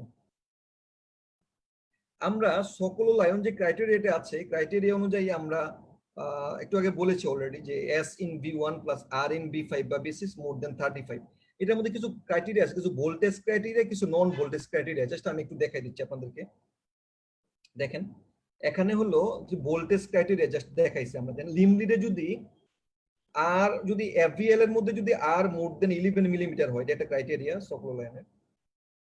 V1 এ যদি S in V1 এ যদি আপনার এখানে যদি হয়, সাধারণত আলাদা আলাদা যে ক্রাইটেরিয়াটা সাধারণত আমরা ধরি S in V যদি ডিপ S1 থাকে, সাধারণত S in V1 এখানে 18, এখানে মাপে 18 দেখাচ্ছে। মেন কথা হলো S in V1 plus R in V5 more than 35 হবে। জাস্ট এটা কমপ্লিকেটেড করতেছি না, সহজ ভাবে। আর এখানে কিছু ST ডিপ্রেশন থাকে, জাস্ট আমি এখন দেখাচ্ছি ভোল্টেজ নন ভোল্টেজ গুলো দেখাচ্ছি আপনাদেরকে। দেখেন যেগুলো আপনাদের বোল্ড করে দেওয়া আছে এগুলো হলো মেইন, বাকিগুলো অনেকগুলো থাকতে আপনার বোল্ডটাই মনে রাখেন, সবগুলো মনে রেখে বাকিগুলো দেখে ভুলে যাওয়ার দরকার নাই। R in FVL more than 11 millimetre, আর আমাদের মেইন একটা ছিল R in B5 plus B5 অথবা B6 এবং S in V1 অথবা V2, যেটা সবচেয়ে বেশি থাকে। তাহলে কোনটা নেবেন, B1 নেবেন না B2 নেবেন, যেটাতে বেশি থাকে? B5 নেবেন না B6 নেবেন, যেটাতে আর টল থাকে ওইটা নেবেন। S R in B দুইটা মিলে যদি 35 মিলিমিটারের চেয়ে বেশি হয়, এটা হলো ভোল্টেজ ক্রাইটেরিয়া। কিছু নন ভোল্টেজ ক্রাইটেরিয়া আছে। নন ভোল্টেজ ক্রাইটেরিয়াটা একটা হলো স্ট্রেইন প্যাটার্ন। স্ট্রেইন মানে কি, স্ট্রেইনিং করে, মানে ভেন্ট্রিকলটা মোটা হয়ে যায়, তো মোটা হওয়ার কারণে সে স্ট্রেইন করে, ব্লাডটা পাওয়ার জন্য স্ট্রেইনিং হয়, মানে কিছু লোকাল ইসকেমিয়া তৈরি হয়, এর জন্য স্ট্রেইন প্যাটার্ন হয়। আরেকটা হলো কি ইনক্রিজড ROA পিক টাইম। আপনাদেরকে মনে আছে প্রথম ক্লাসের মধ্যে আমি একটা পড়েছিলাম যে ভেন্ট্রিকুলার অ্যাক্টিভেশন টাইম, জানি না আপনাদের মনে আছে কিনা, যদি মনে না থাকে আবার ওই জায়গাটা একটু দেখে নিন যে ROA এর অ্যাপেক্স থেকে এটা লাইন টেনে এটা কত মিলিমিটার কত সেকেন্ড, এটা আমরা দেখছিলাম কত মিলিমিটার। ভেন্ট্রিকুলার অ্যাক্টিভেশন টাইম যদি 50 মিলি সেকেন্ড পর্যন্ত নরমাল, মানে দেড় ঘর পর্যন্ত নরমাল ছিল, এটা যদি মানে 50 মিলি সেকেন্ড নরমাল ছিল, যদি ভেন্ট্রিকুলার অ্যাক্টিভেশন টাইম 50 মিলি সেকেন্ড মানে দেড় ঘরের চেয়ে বেশি হয়ে যায়, দেড় ঘর এক ঘরের চেয়ে একটু বেশি, মানে 50 মিলি সেকেন্ড, এক ঘর তো আপনার 40 মিলি সেকেন্ড, এক ঘরের চেয়ে একটু বেশি, সোয়া এক ঘরের মতো নরমাল ছিল। ভেন্ট্রিকুলার অ্যাক্টিভেশন টাইম 50 মিলি সেকেন্ড, যদি 50 মিলি সেকেন্ডের বেশি হতো মানে এটা হলো ভেন্ট্রিকুলার অ্যাক্টিভেশন টাইম, এটাও একটা ক্রাইটেরিয়া, নন ভোল্টেজ ক্রাইটেরিয়া হলো লেফট ভেন্ট্রিকুলার হাইপারট্রফি। তবে এটা যদি কষ্ট হয় মনে রাখার দরকার নেই, মনে রাখেন strain pattern B5 B6 1 AVL এ জাস্ট এই প্যাটার্নটা থাকে। দেখেন নরমাল প্যাটার্ন, এই দুটো হলো স্ট্রেইন প্যাটার্ন। দেখেন স্ট্রেইন প্যাটার্ন। তাহলে জাস্ট দেখাচ্ছি, দেখেন ভোল্টেজ ক্রাইটেরিয়া। ভোল্টেজ ক্রাইটেরিয়া কি দেখেন, V2 তে ডিপ S মানে RB5 দেখেন কত 5 10 15 20 25, এখানে 30 হয়ে গেছে B5 এ, তার মানে এখানে তো 5 হইলেই আমাদের দেখেন এখানে B1 এ অনেক, এখানে প্রায় 50 এর উপরে চলে গেছে SV2 প্লাস RB5। হ্যাঁ দেখেন এখানে হলো নন ভোল্টেজ দেন স্ট্রেইন প্যাটার্ন। স্ট্রেইন মানে স্ট্রেইন প্যাটার্ন মানে আপনার এখানে অ্যাসিমেট্রিক্যাল ST ডিপ্রেশন বা অ্যাসিমেট্রিক্যাল TOF ইনভার্সন। দেখেন স্ট্রেইন প্যাটার্ন চলে আসছে, স্ট্রেইন প্যাটার্ন। সুতরাং আমরা যদি সবগুলো ক্রাইটেরিয়া মিলিয়ে আবারও আসলাম, তাহলে আমরা কি বলতে পারবো, this is A 12 lead ECG। একটু ভালো করে খেয়াল করে শুনেন। শোয়িং কি করতেছে, হার্ট রেট কত, এখানে হার্ট রেট প্রায় ধরেন 1 2 3 4 অ্যারাউন্ড 60 বা 64 beats per minute, rhythm regular. There is R in B5 plus S in V2 more than 35 millivolt. There is ST depression, asymmetrical ST depression in 1 FVL B5 B6. There is left axis deviation. So according to ECG, my ECG diagnosis is a case of left ventricular hypertrophy with strain pattern. যদি আপনাদের এই ST ডিপ্রেশনটা পান তাহলে বলতে হবে left ventricular hypertrophy with strain pattern. এখন চলে আসবো আমরা আরেকটা ইসিজির মধ্যে। একটু খেয়াল করে দেখেন, লেফট ভেন্ট্রিকুলার হাইপারট্রফি আমাদের শেষ। একটা সিওপিডির পেশেন্ট 56 ইয়ার্স মেন, তার একটা সিওপিডি, তার complaints of weakness, abdominal and leg swelling. তার মানে বোঝাই যাচ্ছে এখানে, সরি,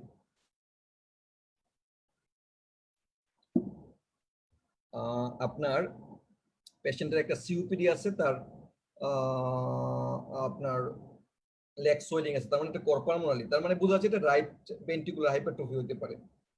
দেখেন আমি জাস্ট ক্রাইটেরিয়াটা আপনাদেরকে ইয়াগুলো ডেভিয়েশন গুলো দেখাচ্ছি, দেখেন একটু খেয়াল করে। এখানে V1 V2 তে ROF কখনো এত টল থাকার কথা না, দেখেন এখানে V1 V2 তে ROF টল। এখানে দেখেন V1 V2 V3 তে ST ডিপ্রেশন বা TOF ইনভার্সন। এখানে আরেকটা জিনিস ইম্পর্টেন্ট, দেখেন এখানে B5 B6 এ SOF টা ডিপ, কারণ আমরা জানি কি নরমালি B5 B6 এ সাধারণত SOF ডিপ থাকে না। এখানে দেখেন B5 B6 এ SOF ডিপ। আরেকটা কি আছে দেখেন, এখানে খুব সুন্দর করে বোঝা যাচ্ছে, এখানে রাইট এক্সিস ডেভিয়েশন আছে, রাইট এক্সিস ডেভিয়েশন 1 এবং ABL দুই হাতে নেন, দেখেন এখানে ABF এ আপনার পজিটিভ ওয়েভ। তার মানে কি এখানে V1 V2 তে টল আর, B5 B6 a deep S এবং রাইট এক্সিস ডেভিয়েশন। আমরা ক্রাইটেরিয়া গুলো একটু দেখে ফেলি। রাইট ভেন্ট্রিকুলার হাইপারট্রফির কিছু ক্রাইটেরিয়া আছে, যেমন লেফট ভেন্ট্রিকুলার হাইপারট্রফির ক্রাইটেরিয়া আছে। এখানে দেখেন diagnostic dominant R in V1, মানে RS রেশিওটা মোর দেন 1 হবে, RS ডোমিনেন্ট R হবে, সাধারণত 7 মিলিমিটারের বেশি থাকে, মোর দেন 7 millimetre. Dominant S in B5 B6, এখানেও 7 মিলিমিটার ডিপ, 7 মিলিমিটারের বেশি ডিপ থাকে।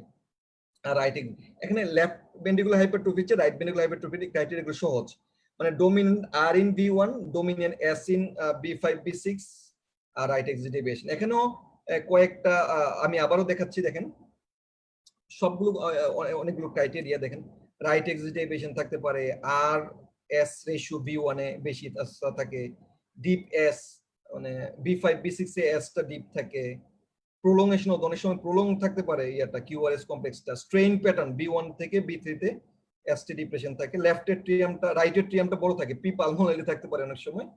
এগুলো এখানে অনেকগুলো ক্রাইটেরিয়া আছে, সকলো লায়ন ক্রাইটেরিয়া, বাটলার ক্রাইটেরিয়া।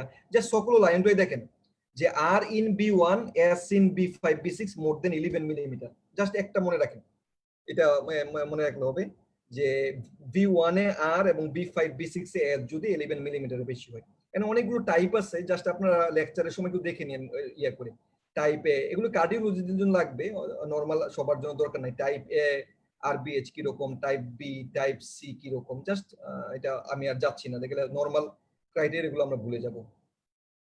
এই RBH দেখেন, আমি আবারও বলতেছি, দেখেন আর দেখেন এখানে অনেক বেশি বড়, 7 মিলিমিটার বেশি, R in V1 plus S in B6 more than 11 তো আছেই।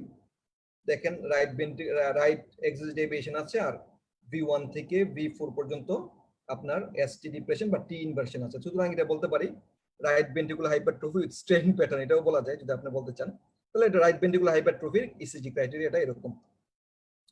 এখন আসবো সরি, এখন দেখেন যে দুইটার পার্থক্য কিভাবে করে আমরা। RBH RBH এ টল R থাকবে V1 V2 তে, এখানে টল R থাকে V5 B6 1 ABL LBH। Deep S থাকে আপনার RBH 1 ABL B5 B6 এবং V1 V2 তে ডিপ S থাকে, আমরা একটু আগে অলরেডি আলোচনা করছি। Axis right axis deviation and left axis deviation. আর এট্রিয়াল অ্যাবনরমালিটি ক্ষেত্রে অনেক সময় লেফট এট্রিয়াল এনলার্জমেন্ট থাকে, আর LBH এর সরি RBH এর রাইট এট্রিয়াল এনলার্জমেন্ট থাকে, LBH এর লেফট এট্রিয়াল এনলার্জমেন্ট থাকে। সব সময় এদের থাকবে তা না, RBH এর ক্ষেত্রে অনেক সময় RBB থাকতে পারে, LBH এর ক্ষেত্রে LBB থাকতে পারে, আর RBH এর ক্ষেত্রে পুরো ROF প্রোগ্রেশন থাকতে পারে, আর LBH এর ক্ষেত্রে যে ডিলেড ইন্ট্রিনসিক ডিফ্লেকশন হলো ইয়াটা যেটা বলতেছিলাম, ভেন্ট্রিকুলার অ্যাক্টিভেশন টাইমটা একটু বেশি থাকে।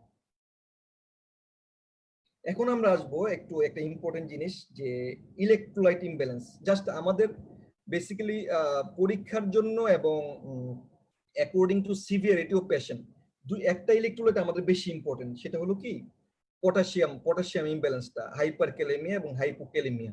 এই দুইটা কিন্তু আমাদের অনেক সময় পরীক্ষায়ও লাগে, পরীক্ষায় ধরেও।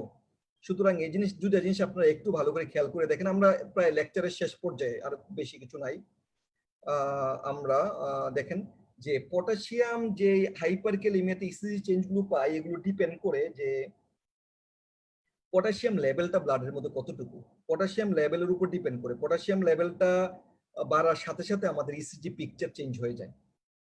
একটু দেখেন যে পটাশিয়াম লেভেল যদি 5.5 এর চেয়ে বেশি হয়, তাহলে জাস্ট টি ওয়েভ গুলো টল এবং পিক হয়ে যায়, মানে একবার টল, আমি একটু পরে দেখাবো আপনাদেরকে, টল পিক টি ওয়েভ হয়ে যায়। তো 6.5 এর বেশি হয়ে যায়, পি ওয়েভটা ওয়াইড হয়ে যায়, পি ওয়েভটা ওয়াইড, এবং পি ওয়েভ আলটিমেটলি ডিসঅ্যাপিয়ার করে। 6.5 এর loss of P wave, P ওয়েভটা থাকে না, টল টি ওয়েভ থাকে, পি ওয়েভটা আলটিমেটলি ওয়াইড হয়ে ডিসঅ্যাপিয়ার করে দেয়। পটাশিয়াম যদি 7 এর বেশি হয়ে যায়, তাহলে কিউআরএস টা যদি ওয়াইড দেখা যাচ্ছে না, বাট আলটিমেটলি ওয়াইড হয়ে যায়, কিউআরএস টা ওয়াইড হয়ে যায়, মরফোলজিটা ওয়াইড হয়ে যায়। যদি 9 এর বেশি হয়ে যায়, তাহলে আসলে কার্ডিয়াক অ্যারেস্ট হয়ে যায়, অ্যাসিস্টোল, ভেন্ট্রিকুলার ফিব্রিলেশন, একটা সাইন ওয়েভ থাকে, এটাকে সাইন ওয়েভ বলা হয়, সাইন ওয়েভ চলে আসে, ভেন্ট্রিকুলার ফিব্রিলেশন দেখতেছেন। তাহলে 5.5 হলে হয় আলটিমেটলি টল পিক টি ওয়েভ, 6.5 এর বেশি হলে পিটা ওয়াইড হয়ে যায় এবং আলটিমেটলি পিটা ডিসঅ্যাপিয়ার করে। 7 এর বেশি হলে দেখা যায় যে কিউআরএস টা ওয়াইড হয়ে যায়, এবং 9 এর বেশি হলে দেখা যায় কি ভেন্ট্রিকুলার ফিব্রিলেশন, মানে কার্ডিয়াক অ্যারেস্ট, যেগুলো আমি ওইদিন বলেছিলাম ফার্স্ট সেকেন্ড ক্লাসে, অ্যাসিস্টোল, ventricular fibrillation, pulseless electrical activity হয়ে যায়। সরি,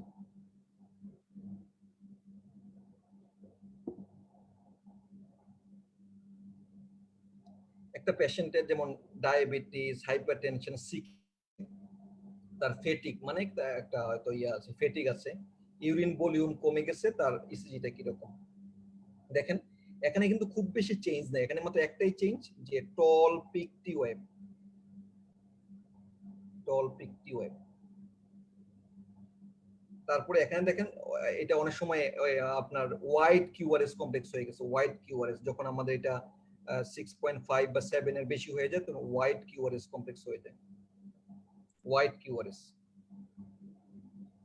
এটা হলো হাইপারক্যালেমিয়ার জাস্ট এগুলোই। হাইপোক্যালেমিয়াতে আমরা কি পাই? হাইপোক্যালেমিয়াতে আমরা জানি হাইপোক্যালেমিয়ার ফিচার গুলো মাইল্ড, মডারেট, সিভিয়ার হাইপোক্যালেমিয়া আমরা কখন বলি? লেস দেন 2.5 কে আমরা সিভিয়ার হাইপোক্যালেমিয়া বলি। দেখেন হাইপোক্যালেমিয়ার ফিচার গুলো কিন্তু দেখেন কি কি পাওয়া যায়। প্রথমে হয় পি ওয়েভের অ্যামপ্লিটিউডটা ইনক্রিজ হয়ে যায়, মানে উপরের দিকে পি ওয়েভটা টল হয়ে যায়, পি ওয়েভটা, টি ওয়েভটা হয়ে যায় ফ্ল্যাটেন্ড, টি ওয়েভটা ফ্ল্যাটেন হয়ে যায় আলটিমেটলি অ্যাকর্ডিং টু পটাশিয়াম কমার সাথে সাথে টি ওয়েভটা ফ্ল্যাটেন হয়ে যায়, এবং একটা সময় এসটি ডিপ্রেশন হয়ে যায়, এসটিটা নিচের দিকে নেমে যায়, এবং প্রমিনেন্ট ইউ ওয়েভ আসে, ইউ ওয়েভ আমি একটু পরে দেখাবো। দেখেন পি ওয়েভটা উপরের দিকে উঠে যায়, এসটিটা ডিপ্রেশন হয়ে যায়, এবং অ্যাপিয়ারেন্স ওয়েভ ইউ ওয়েভ আসে, এবং লং কিউটি ইন্টারভাল হয়। আলটিমেটলি আমরা যাচ্ছি একটু পরে, দেখেন এখানে কি হচ্ছে, এসটিটা ডিপ্রেশন হয়ে যাচ্ছে এবং ইউওয়েভ অ্যাপিয়ারেন্স করতেছে। একটু ইউওয়েভটা আমি প্রথম ক্লাসে বলেছি যে ইউওয়েভটা অনেক সময় যে টি এর যে আপরাইটের অংশটা থাকে এটার সাথে অনেক সময় মার্স থাকে। আমি দেখি একটা ইসিজিতে দেখাই দিচ্ছি ইউওয়েভ, এই এখানে দেখেন, এখানে দেখেন যে এসটিটা এখানে যে টি ওয়েভ আসছে, এখানে সেকেন্ড যে ওয়েভটা আসছে এটা ইউ ওয়েভ, এটা U wave, prominent U wave, এখানে prominent U wave, prominent U wave. ও আপনাদেরকে জাস্ট দুইটার মধ্যে পার্থক্য বোঝানোর জন্য একটা ছবি দেখাচ্ছি, দেখেন খেয়াল করে ছবিটা।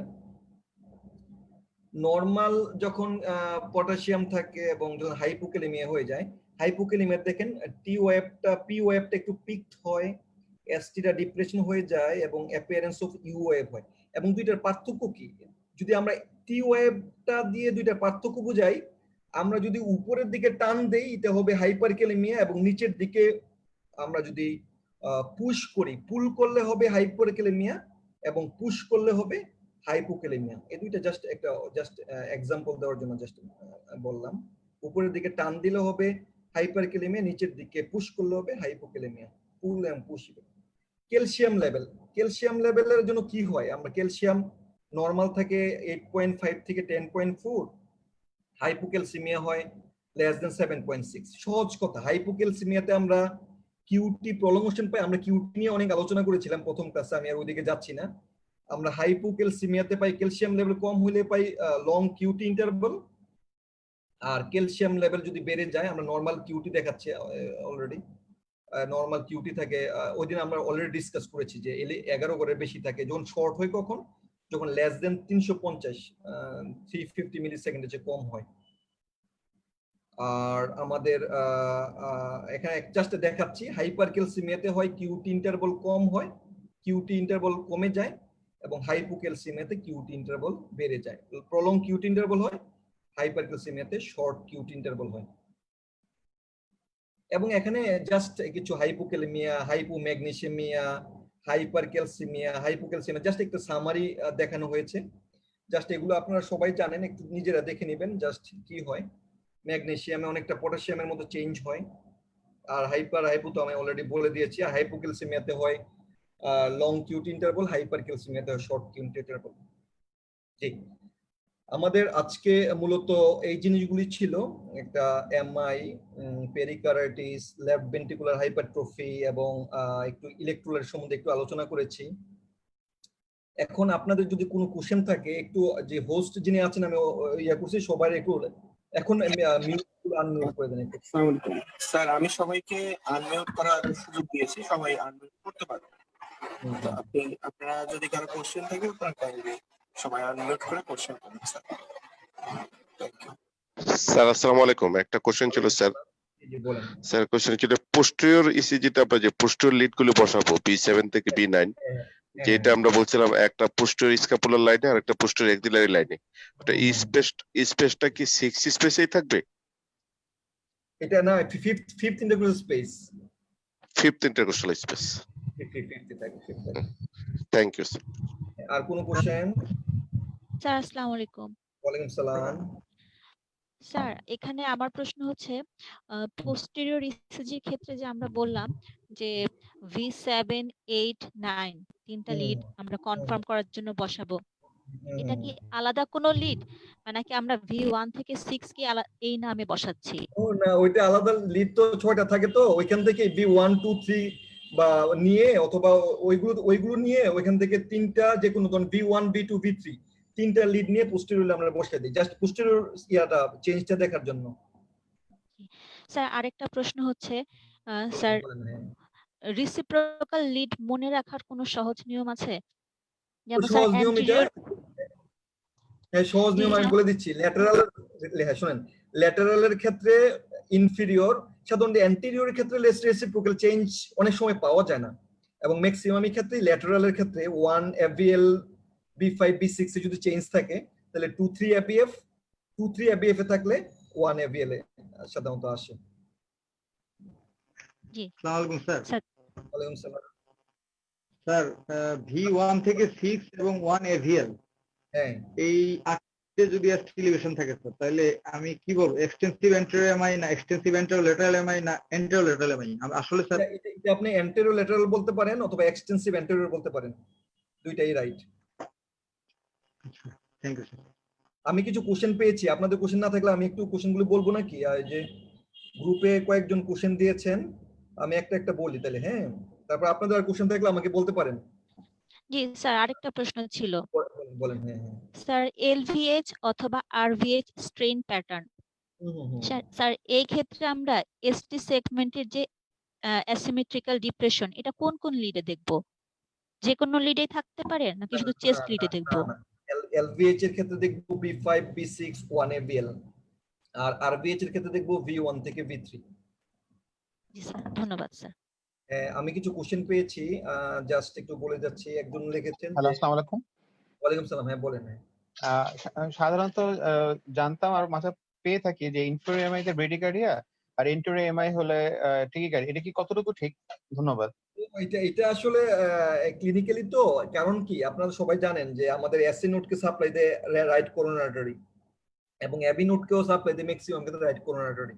সুতরাং ইনফিরিয়র এমআই মানে কি, অবশ্যই এখানে ম্যাক্সিমাম ক্ষেত্রে রাইট করোনারি আর্টারি ইনভলভমেন্ট হয়। সুতরাং রাইট করোনারি আর্টারি ইনভলভমেন্ট হলে এসি নোট অবশ্যই ইম্পেয়ারমেন্ট হবে, ব্রেডিকার্ডিয়া হইতে পারে। ব্রেডিকার্ডিয়া টপিক শেষ। অ্যান্টেরিয়র এমআইতে ম্যাক্সিমাম ক্ষেত্রে লেফট ভেন্ট্রিকলটা তো আমাদের মেইন কন্ট্রাকশন করে, তো সুতরাং লেফট ভেন্ট্রিকুলার ইনফেকশন হইলে আমাদের কমপ্লিকেশন রেট বেশি থাকে, কার্ডিওজেনিক শক হতে পারে, এগুলি হতে পারে। সুতরাং আলটিমেটলি লেফট ভেন্ট্রিকলের যদি আপনার ইনফেকশনটা হয়, আমাদের কার্ডিয়াক আউটপুট কমে যায়। কার্ডিয়াক আউটপুট কমলে তো ওইখানে নর্মালি আপনার কার্ডিয়াক আউটপুট কমে গেলে তো নেগেটিভ ফিডব্যাকের মাধ্যমে হার্টকে খবর পাঠাবে তুমি বেশি করে পাম্প করো, রক্ত পেরিফেরিতে সাপ্লাই দাও। সুতরাং heart is trying to increase it rate. সুতরাং আপনার তখন আমাদের রেটটা বেড়ে যাবে, হ্যাঁ, হার্ট রেটটা বেড়ে যাবে। আর ইনফেরিয়র এমআইতে হার্ট রেট কমার কারণ হলো এসি নোডে জিওপারডাইজ হয় ইয়াটা, এই যে ব্লাড সার্কুলেশনটা। আপনি আমি আসসালামু আলাইকুম স্যার। ওয়ালাইকুম সালাম। স্যার পোস্টেরিয়র এক্সটেনশনের স্যার সিগনিফিকেন্স কি বা ট্রিটমেন্টের ক্ষেত্রে এটার কি কোনো ইফেক্ট পড়বে না? ইফেক্ট পড়বে কারণ এটা পোস্টেরিয়র আমাদের জানার সিগনিফিকেন্স সরাসরি নাই, বাট অবশ্যই সিগনিফিকেন্স আছে। পোস্টেরিয়র এমআই যদি হয় বাইরে থেকে আমরা বলতে পারবো যে এটা মনে হয় এটা L6টা left coronary artery, sorry left circumflex artery, এটা মনে হয় আমাদের এই যে ইনভলভ হয়ে গেছে, হ্যাঁ। সুতরাং আমরা একটা অ্যাজাম্পশন করতে পারবো আমরা কোথায়। এখন তো আপনারা জানেন যে এমআই এর এসটিএমআই এর 1 নাম্বার ট্রিটমেন্ট অফ চয়েস তো প্রাইমারি পিসিআই, আমাদের পিসিআই করতে হয়। সুতরাং পিসিআই এর আগেই আমরা একটা করতে পারবো যে মানে অ্যাজিউম করতে পারবো যে আমরা কোথায় রিং লাগাবো বা কোথায় স্টেন্টিং করব। একজন কোশ্চেন লিখছেন যে পিপি ইন্টারভাল কিভাবে মাপা হয়, যে একই রকম ভাবে আর ইন্টারভাল যেভাবে, সরি পিপি রেট, এট্রিয়াল রেট কিভাবে মেজার করা যায় একই ভাবে। ওই যে আর যেভাবে আমরা ভেন্ট্রিকুলার রেট যেভাবে করি, ওইটা পিপির মাঝখানে কতটা আছে আপনার লার্জ স্কয়ার আছে, 300 divided by number of large square in between the P wave. আরেকজন কোশ্চেন করেছেন যে আর্লি রিপোলারাইজেশন এমআই এর মধ্যে পার্থক্য কি হবে। আমি অলরেডি বলে দিয়েছি এটা, হ্যাঁ, ক্লাসে সময় প্রথমে যে আর্লি রিপোলারাইজেশন এবং এমআই এর মধ্যে আমরা কিভাবে পার্থক্য করি। আরেকজন কোশ্চেন করেছেন, 3টা question, how to differentiate Mobitz type 1 and type 2।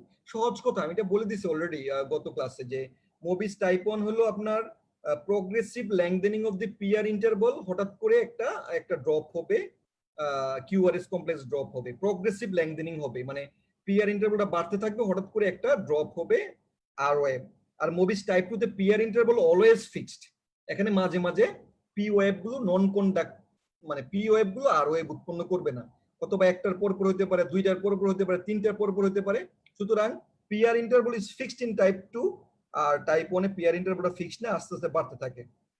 এবং আরেকটা কোশ্চেন করেছে যে high grade second degree heart block থেকে কমপ্লিট হার্ট ব্লক কিভাবে পার্থক্য করবো। এটাও কিন্তু অনেক ইজি কিভাবে, যে high second degree AB block থাকলে কিন্তু পিআর ইন্টারভাল কখনো ভেরিয়েশন হয় না, এবি ডিসোসিয়েশন হয় না। এখানে আপনার হয়তো বা অনেকগুলো পি এর পরে আরও এফ থাকে না, বাট পিআর ইন্টারভাল কিন্তু ফিক্সড। আপনি যদি 2টা পি কিউআরএস কমপ্লেক্স পান, দেখবেন 2টার মধ্যে আপনার পিআর ইন্টারভাল ফিক্সড, কিন্তু কমপ্লিট হার্ট ব্লকে কখনো পিআর ইন্টারভাল ফিক্সড হবে না। এই কথাটা আপনি মনে রাখলে ইজি, যে সেকেন্ড ডিগ্রি হাই গ্রেড এবং কমপ্লিট হার্ট ব্লকের মধ্যে কিভাবে পার্থক্য আমরা করব। তারপরে বলছেন কিউটি প্রলংগেশন কিভাবে হয়, এটা তো আমি অলরেডি বলে দিচ্ছি। আরেকটা বলছে কোশ্চেনটা ছিল যে আপনার ডিগক্সিন ইফেক্ট এবং ডিগক্সিন টক্সিসিটি দুইটার মধ্যে পার্থক্য কি। এটা সুন্দর কোশ্চেন একটা, হ্যাঁ। কোশ্চেনটা হলো ডিগক্সিন ইফেক্ট এবং ডিগক্সিন টক্সিসিটির মধ্যে কি। ডিগক্সিন ইফেক্ট, যারা ডিগক্সিন খায়, মানে প্যাথোলজিক্যাল, মানে আপনার ফার্মাকোলজিক্যাল ডোজের মধ্যে যেটা হয় ডিগক্সিন ইফেক্ট, এটা আসলে কিছুই না, এসটি ডিপ্রেশন হয়। এসটি ডিপ্রেশনে সাধারণত বিভিন্ন লিডে, স্পেশালি চেস্ট লিড গুলোতে বেশি হয়, 1 AVL হতে পারে। ডিগক্সিন ইফেক্ট যেটা বলছি, এটা এসটি ডিপ্রেশনটা হয়, এটাকে অনেকটা প্যাটার্নটা, এটা কিন্তু ইয়ার মতো না, রাইট ভেন্ট্রিকুলার হাইপারট্রফির মতো না, এটা বলে স্যাগিং অ্যাপিয়ারেন্স। স্যাগিংটা বলতে বোঝায় যে এটা একটা সুন্দর টার্ম আছে, টার্মটা হলো এই এটা স্লার্ড অথবা স্যাগিং, এটাকে টার্মটাকে বলে সেলভাদর ডালিস মোচ আছে না, মোচেস, মানে অনেকের, মানে আগে যারা আগের দিনে কিন্তু গ্রুপগুলো হইতো, মানে এমন হইতো। আমি একটা ছবি আপনাদেরকে একটু দেখাই, ছবিটা দেখা যাবে কিনা, ছবিটা আমরা আসলে ল্যাপটপে নেই নাই, এটা কি দেখা যাচ্ছে, মানে একটা ছবি দেখতে পারতেছেন আপনারা নাকি, দেখা যাচ্ছে কি, মোবাইলে দেখাচ্ছে একটু, দেখা যাচ্ছে স্যার, মানে ক্লিয়ার না স্যার। গুফের যেই সাইডের অংশটা স্যাগিং অ্যাপিয়ারেন্স, আমার ওই কম্পিউটারে এটা নাই, ক্লিয়ার দেখা যাচ্ছে না। আমি আপনাদেরকে এই ছবিটা একটা ইয়াতে শেয়ার করে দেব, মানে পোস্ট করে দেব আপনাদের ইয়াতে, যে গ্রুপে। তারপর এটাকে বলে সেলভাদোর ডালিস মুচেস, মানে গোফের মতো, গোফের সাইডের মতো স্যাগিং অ্যাপিয়ারেন্স থাকে, এবং এর সাথে B5 B6 B4 থেকে শুরু করে 1 ABL থাকে। এটা হলো ডিগক্সিন ইফেক্ট। আর ডিগক্সিন টক্সিসিটিতে কি হয়, টক্সিসিটিতে কিন্তু এই ইফেক্ট শুধু থাকে না, ইফেক্টের পাশাপাশি আরো কিছু এরিথমিয়া থাকে, যেমন পিভিসি থাকতে পারে, premature ventricular contraction, sinus bradycardia, atrial fibrillation, heart block থাকতে পারে, ভেন্ট্রিকুলার টেকিকার্ডিয়া থাকতে পারে যদি ডিগক্সিন লেভেলটা অনেক বেড়ে যায়, ওটা বলে ডিগক্সিন টক্সিসিটি। সুতরাং সহজ কথা, ডিগক্সিন ইফেক্টে থাকবে শুধুমাত্র ST depression, it will be sagging pattern, আর ডিগক্সিন টক্সিসিটিতে থাকবে বিভিন্ন এরিথমিয়া। হ্যাঁ, সুতরাং এই জিনিসগুলো মনে রাখতে হবে। ও আরেকটা পয়েন্ট, ওই দিন ফখরুল আমাকে কোশ্চেন করেছিল যে এভিআরটি এভিএনআরটি জিনিসটা আসলে আন্ডারগ্রেড বিভিন্ন লেভেলে আছে, তো আপনাদের এটা বলাটা একটু টাফ। তবে একটা কথা বলে রাখি, এভিআরটি এট্রিওভেন্ট্রিকুলার রি-এন্ট্রি ট্যাকিকার্ডিয়া আর এট্রিওভেন্ট্রিকুলার নোডাল রি-এন্ট্রি ট্যাকিকার্ডিয়া, এভিএনআরটি, এটা আসলে কার্ডিওলজির জন্য লাগবে। আমি জাস্ট মানে বেসিক ডিফারেন্সটা বলে দিচ্ছি। এভিএনআরটি হলো ফাংশনাল কোনো একটা রি-এন্ট্রি সার্কিট থাকবে, ফাংশনাল, ওখানে কোনো স্ট্রাকচারাল সমস্যা থাকবে না, এবং এভিআরটির কারণে ম্যাক্সিমাম এসভিটি গুলো হয়, সুপ্রাভেন্ট্রিকুলার ট্যাকিকার্ডিয়া। এভিআরটিটা হলো স্ট্রাকচারাল একটা অ্যাবনর্মালিটি, অ্যাক্সেসরি পাথওয়ে থাকে স্ট্রাকচারাল, যেমন একটা WPW সিনড্রোম, একটা এভিআরটি, একটা স্ট্রাকচারাল অ্যাবনর্মালিটি, এবং এটার অনেকগুলো বিভিন্ন পাথওয়ে থাকে, এগুলো আমি জাস্ট বলছি না, আপনারা মনে রাখেন। স্ট্রাকচারাল অ্যাবনর্মালিটি থাকলে হয় এভিআরটি, এট্রিওভেন্ট্রিকুলার রি-এন্ট্রি ট্যাকিকার্ডিয়া, আর ফাংশনাল অ্যাবনর্মালিটি থাকলে হয় এভিএনআরটি, এট্রিওভেন্ট্রিকুলার নোডাল রি-এন্ট্রি ট্যাকিকার্ডিয়া। যাই হোক, মনে হয় কোশ্চেন গুলো আমি কভার করছি। আর কোনো কোশ্চেন আছে কিনা আপনাদের যারা আছেন এখন লাইভ কোশ্চেন? আসসালামু আলাইকুম।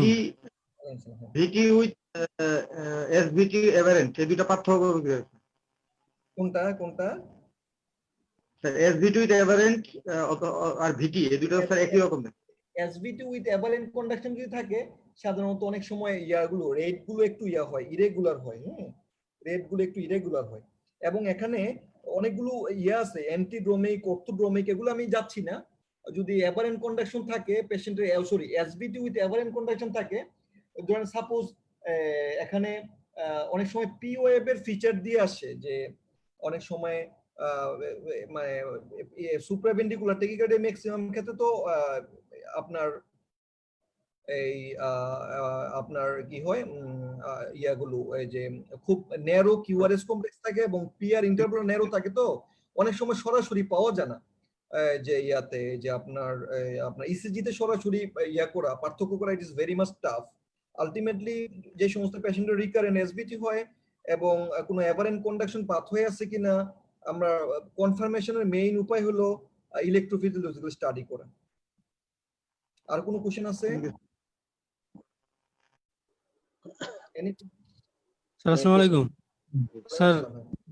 স্যার পিপি ইন্টারভেল যেটা স্যার, এটা কি স্যার প্রথম যে পি ওয়েভটা স্যার, ওই পি ওয়েভের শুরু থেকে পরের পি ওয়েভের শুরু পর্যন্ত পিপি স্যার? পিপি ইন্টারভেল হলো একটা পি ওয়েভ থেকে আরেকটা পি ওয়েভ পর্যন্ত, মানে পরের পি ওয়েভের স্যার শুরু না শেষ পর্যন্ত? না না, পি ওয়েভের শুরু থেকে আরেকটা পি ওয়েভের শুরু পর্যন্ত। শুরু পর্যন্ত, আচ্ছা। আপনি যদি যেখান থেকে নেন, শেষ থেকে নিলে আরেকটা পি ওয়েভের শেষ পর্যন্ত নিতে হবে, অথবা সাপোজ ধরেন শুধু পি ওয়েভ থেকে ধরেন, পি ওয়েভের মাঝামাঝি থেকে ধরেন, পি ওয়েভের মাঝামাঝি থেকে আরেকটা পি ওয়েভের মাঝামাঝি পর্যন্ত, এর মাঝে যতটা লার্জ স্কয়ার, এটাকে 300 divide by number of large square দিয়ে ভাগ দিবেন। স্যার আসসালামু আলাইকুম। স্যার আসসালামু আলাইকুম। স্যার ভিটির সাথে আর হলো টর্সাটিস ডিপয়েন্টিস যেটা, ওইটা কিভাবে একটু করব স্যার ডিফারেন্সিয়েট? সহজ কথা হলো, আমি জাস্ট বলে দেই, আপনার লেকচার থেকে দেখে নিন, আমি অলরেডি বলেছি। বিটি মানে কি, ভেন্ট্রিকুলার ট্যাকিকার্ডিয়ার যে হোয়াইট কমপ্লেক্স ট্যাকিকার্ডিয়া থাকে, একবার রেগুলার একটা ট্যাকিকার্ডিয়া, এবং টর্সেট ডিপয়েন্টিস দুইটা ভাগে দেখা যায়। একটা হলো অনেক সময় একটা মনোমরফিক বিটি, মানে সবগুলো বিটির ক্রাইটেরিয়া একই ধরনের, ওইটা থেকে মাঝে মাঝে পলিমরফিক বিটি, মানে বিভিন্ন উপরে নিচে, ওইগুলো পরিবর্তন হওয়ার মাঝখানে একটা গ্যাপ দেয়, মানে একটা গ্যাপ, বিটি না হোয়াইট কমপ্লেক্স না, একটু ইরেগুলার, ওটা বিএফ এর মতো গ্যাপ দেয়, মনে হলো একটা টুইস্টিং হয় ইয়াটা অ্যাপিয়ারেন্সটা, ওইটা হলো টর্সেট ডিপয়েন্টিস। অনেক সময় দেখা যায় যে নরমাল বিটির পরে বিএফ হয়ে যায়, এবং এর মাঝখানে একটা বিএফও না বিটিও না, একটু দুইটার মাঝখানে একটু ইয়া হয়। আপনারা লেকচার 2টা একটু ভালো করে দেখেন, আমি কিছু ছবি দেখাইছি, ওইটা হলো টর্সেট দি পয়েন্টিস বলে। ঠিক আছে, থ্যাংক ইউ স্যার। আর কোনো কোশ্চেন আছে? স্যার একটা বিষয় ছিল স্যার, স্যার রিসেন্টলি স্যার আমি 2-3টে ইসিজি দেখলাম স্যার, সেই ইসিজি গুলোতে স্যার ওই এভিআর লিডটা স্যার সবগুলো পজিটিভ, মানে পজিটিভ ডিফ্লেকশন, কিন্তু স্যার ইনফিরিয়র সারফেস 2-3 এভিএফ এই লিড গুলোতে স্যার নেগেটিভ ডিফ্লেকশন আর কি, যেমন এটা স্যার এটা আমি বলছিলাম না প্যাথোলজিক্যাল যে কিউ। এটা আপনার বলছেন, এটা বেশ কিছু ইসিজি পাই, আমিও পাই, আমার তো প্রতিদিন অনেকগুলো ইসিজি রিপোর্ট করতে হয়, তো ইসিজি লিড গুলো লাগাইতে উল্টাপাল্টা করে। এভিআর সবসময় মনে রাখবেন, এভিআর যদি সব পজিটিভ পান, মনে রাখতে হবে লিড ডিসপ্লে লিড লাগাইতে উল্টাপাল্টা করছে অথবা ডেক্সট্রোকার্ডিয়া, এর বাইরে অন্য কিছু না। 1+1 মানে 2। স্যার রিপিট ইসিজি করানোর পর স্যার ওইরকম আসতেছে আর কি। এখন আসলে লাগাইছে কিনা দেখতে হবে ভালো করে, কারণ এটার কোনো ইয়া নাই, এই যে ডেভিয়েশন নাই। অনেক সময় লিড গুলো লাগাই কম, আমি কবে জন ইসিজি রিপোর্ট করতেছি দেখি ম্যাক্সিমাম ইসিজি ঠিক একই রকম 2-3 এবিএফ কিউ মনে হচ্ছে, কিন্তু আলটিমেটলি পেশেন্টের সব পেশেন্টের কি এমআই হয়েছে নাকি, প্রায় 15-20টা ইসিজি পাইছি এরকম, জাস্ট আমিও অ্যাস্টনিশড হয়ে গেছি। তো আলটিমেটলি এখানে কোনো ভেরিয়েশন নাই। যদি আপনার এভিআর এ টল টি টল আর পান, দ্যাট মিন্স ডেক্সট্রোকার্ডিয়া অথবা লিড ডিসপ্লেসমেন্ট। হ্যালো, আর কোনো কোশ্চেন? হ্যালো, আসসালামু আলাইকুম স্যার। স্যার এওরটিক ডিসেকশনে ইসিজি করলে কেন স্যার ইনফিরিয়র এমআই এর ফিচার পাওয়া যায়? এওরটিক ডিসেকশনে, তাই না? এওরটিক ডিসেকশনে যদি যখন এওরটাটা মানে ডিসেক্ট হয়ে যায় ওই রিজিয়নে, মানে আপনার মিডিয়া থেকে ইন্টিমার যেই সেপারেশনটা হয়ে যায়, সেপারেশনটা হইলে দেখা যায় যে ম্যাক্সিমাম ক্ষেত্রে সরাসরি যে ইনফিরিয়র পাওয়া যায় তা না, অনেকই পাওয়া যেতে পারে।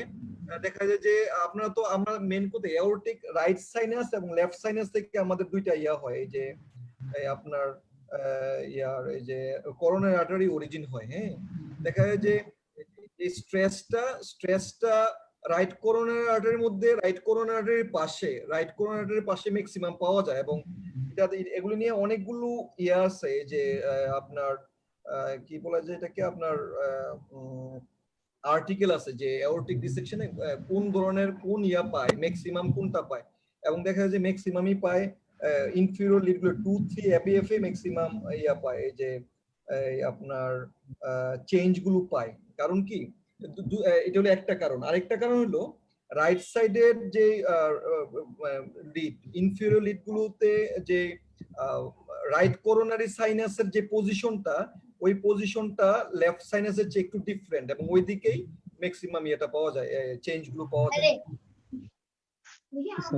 স্যার আরেকটা কোশ্চেন ছিল স্যার, সেটা হচ্ছে স্যার স্যার আমরা এট্রিয়াল ফিব্রিলেশন হলে স্যার চার্জ ভার্স স্কোর দিয়ে পেশেন্টকে অ্যান্টিকোয়াগুলেন্ট দেই স্যার, কিন্তু স্যার মাল্টিফোকাল এট্রিয়াল টাইকার্ডিয়া এটা তো স্যার রিদম ইরেগুলার হয়, এবং মাল্টিফোকাল এট্রিয়াল টাইকার্ডিয়া এট্রিয়াল ফিব্রিলেশনে কনভার্ট করতে পারে স্যার। তো সেক্ষেত্রে আমরা স্যার মাল্টিফোকাল এট্রিয়াল টাইকার্ডিয়া কেন স্যার অ্যান্টিকোয়াগুলেন্ট দেই না স্যার?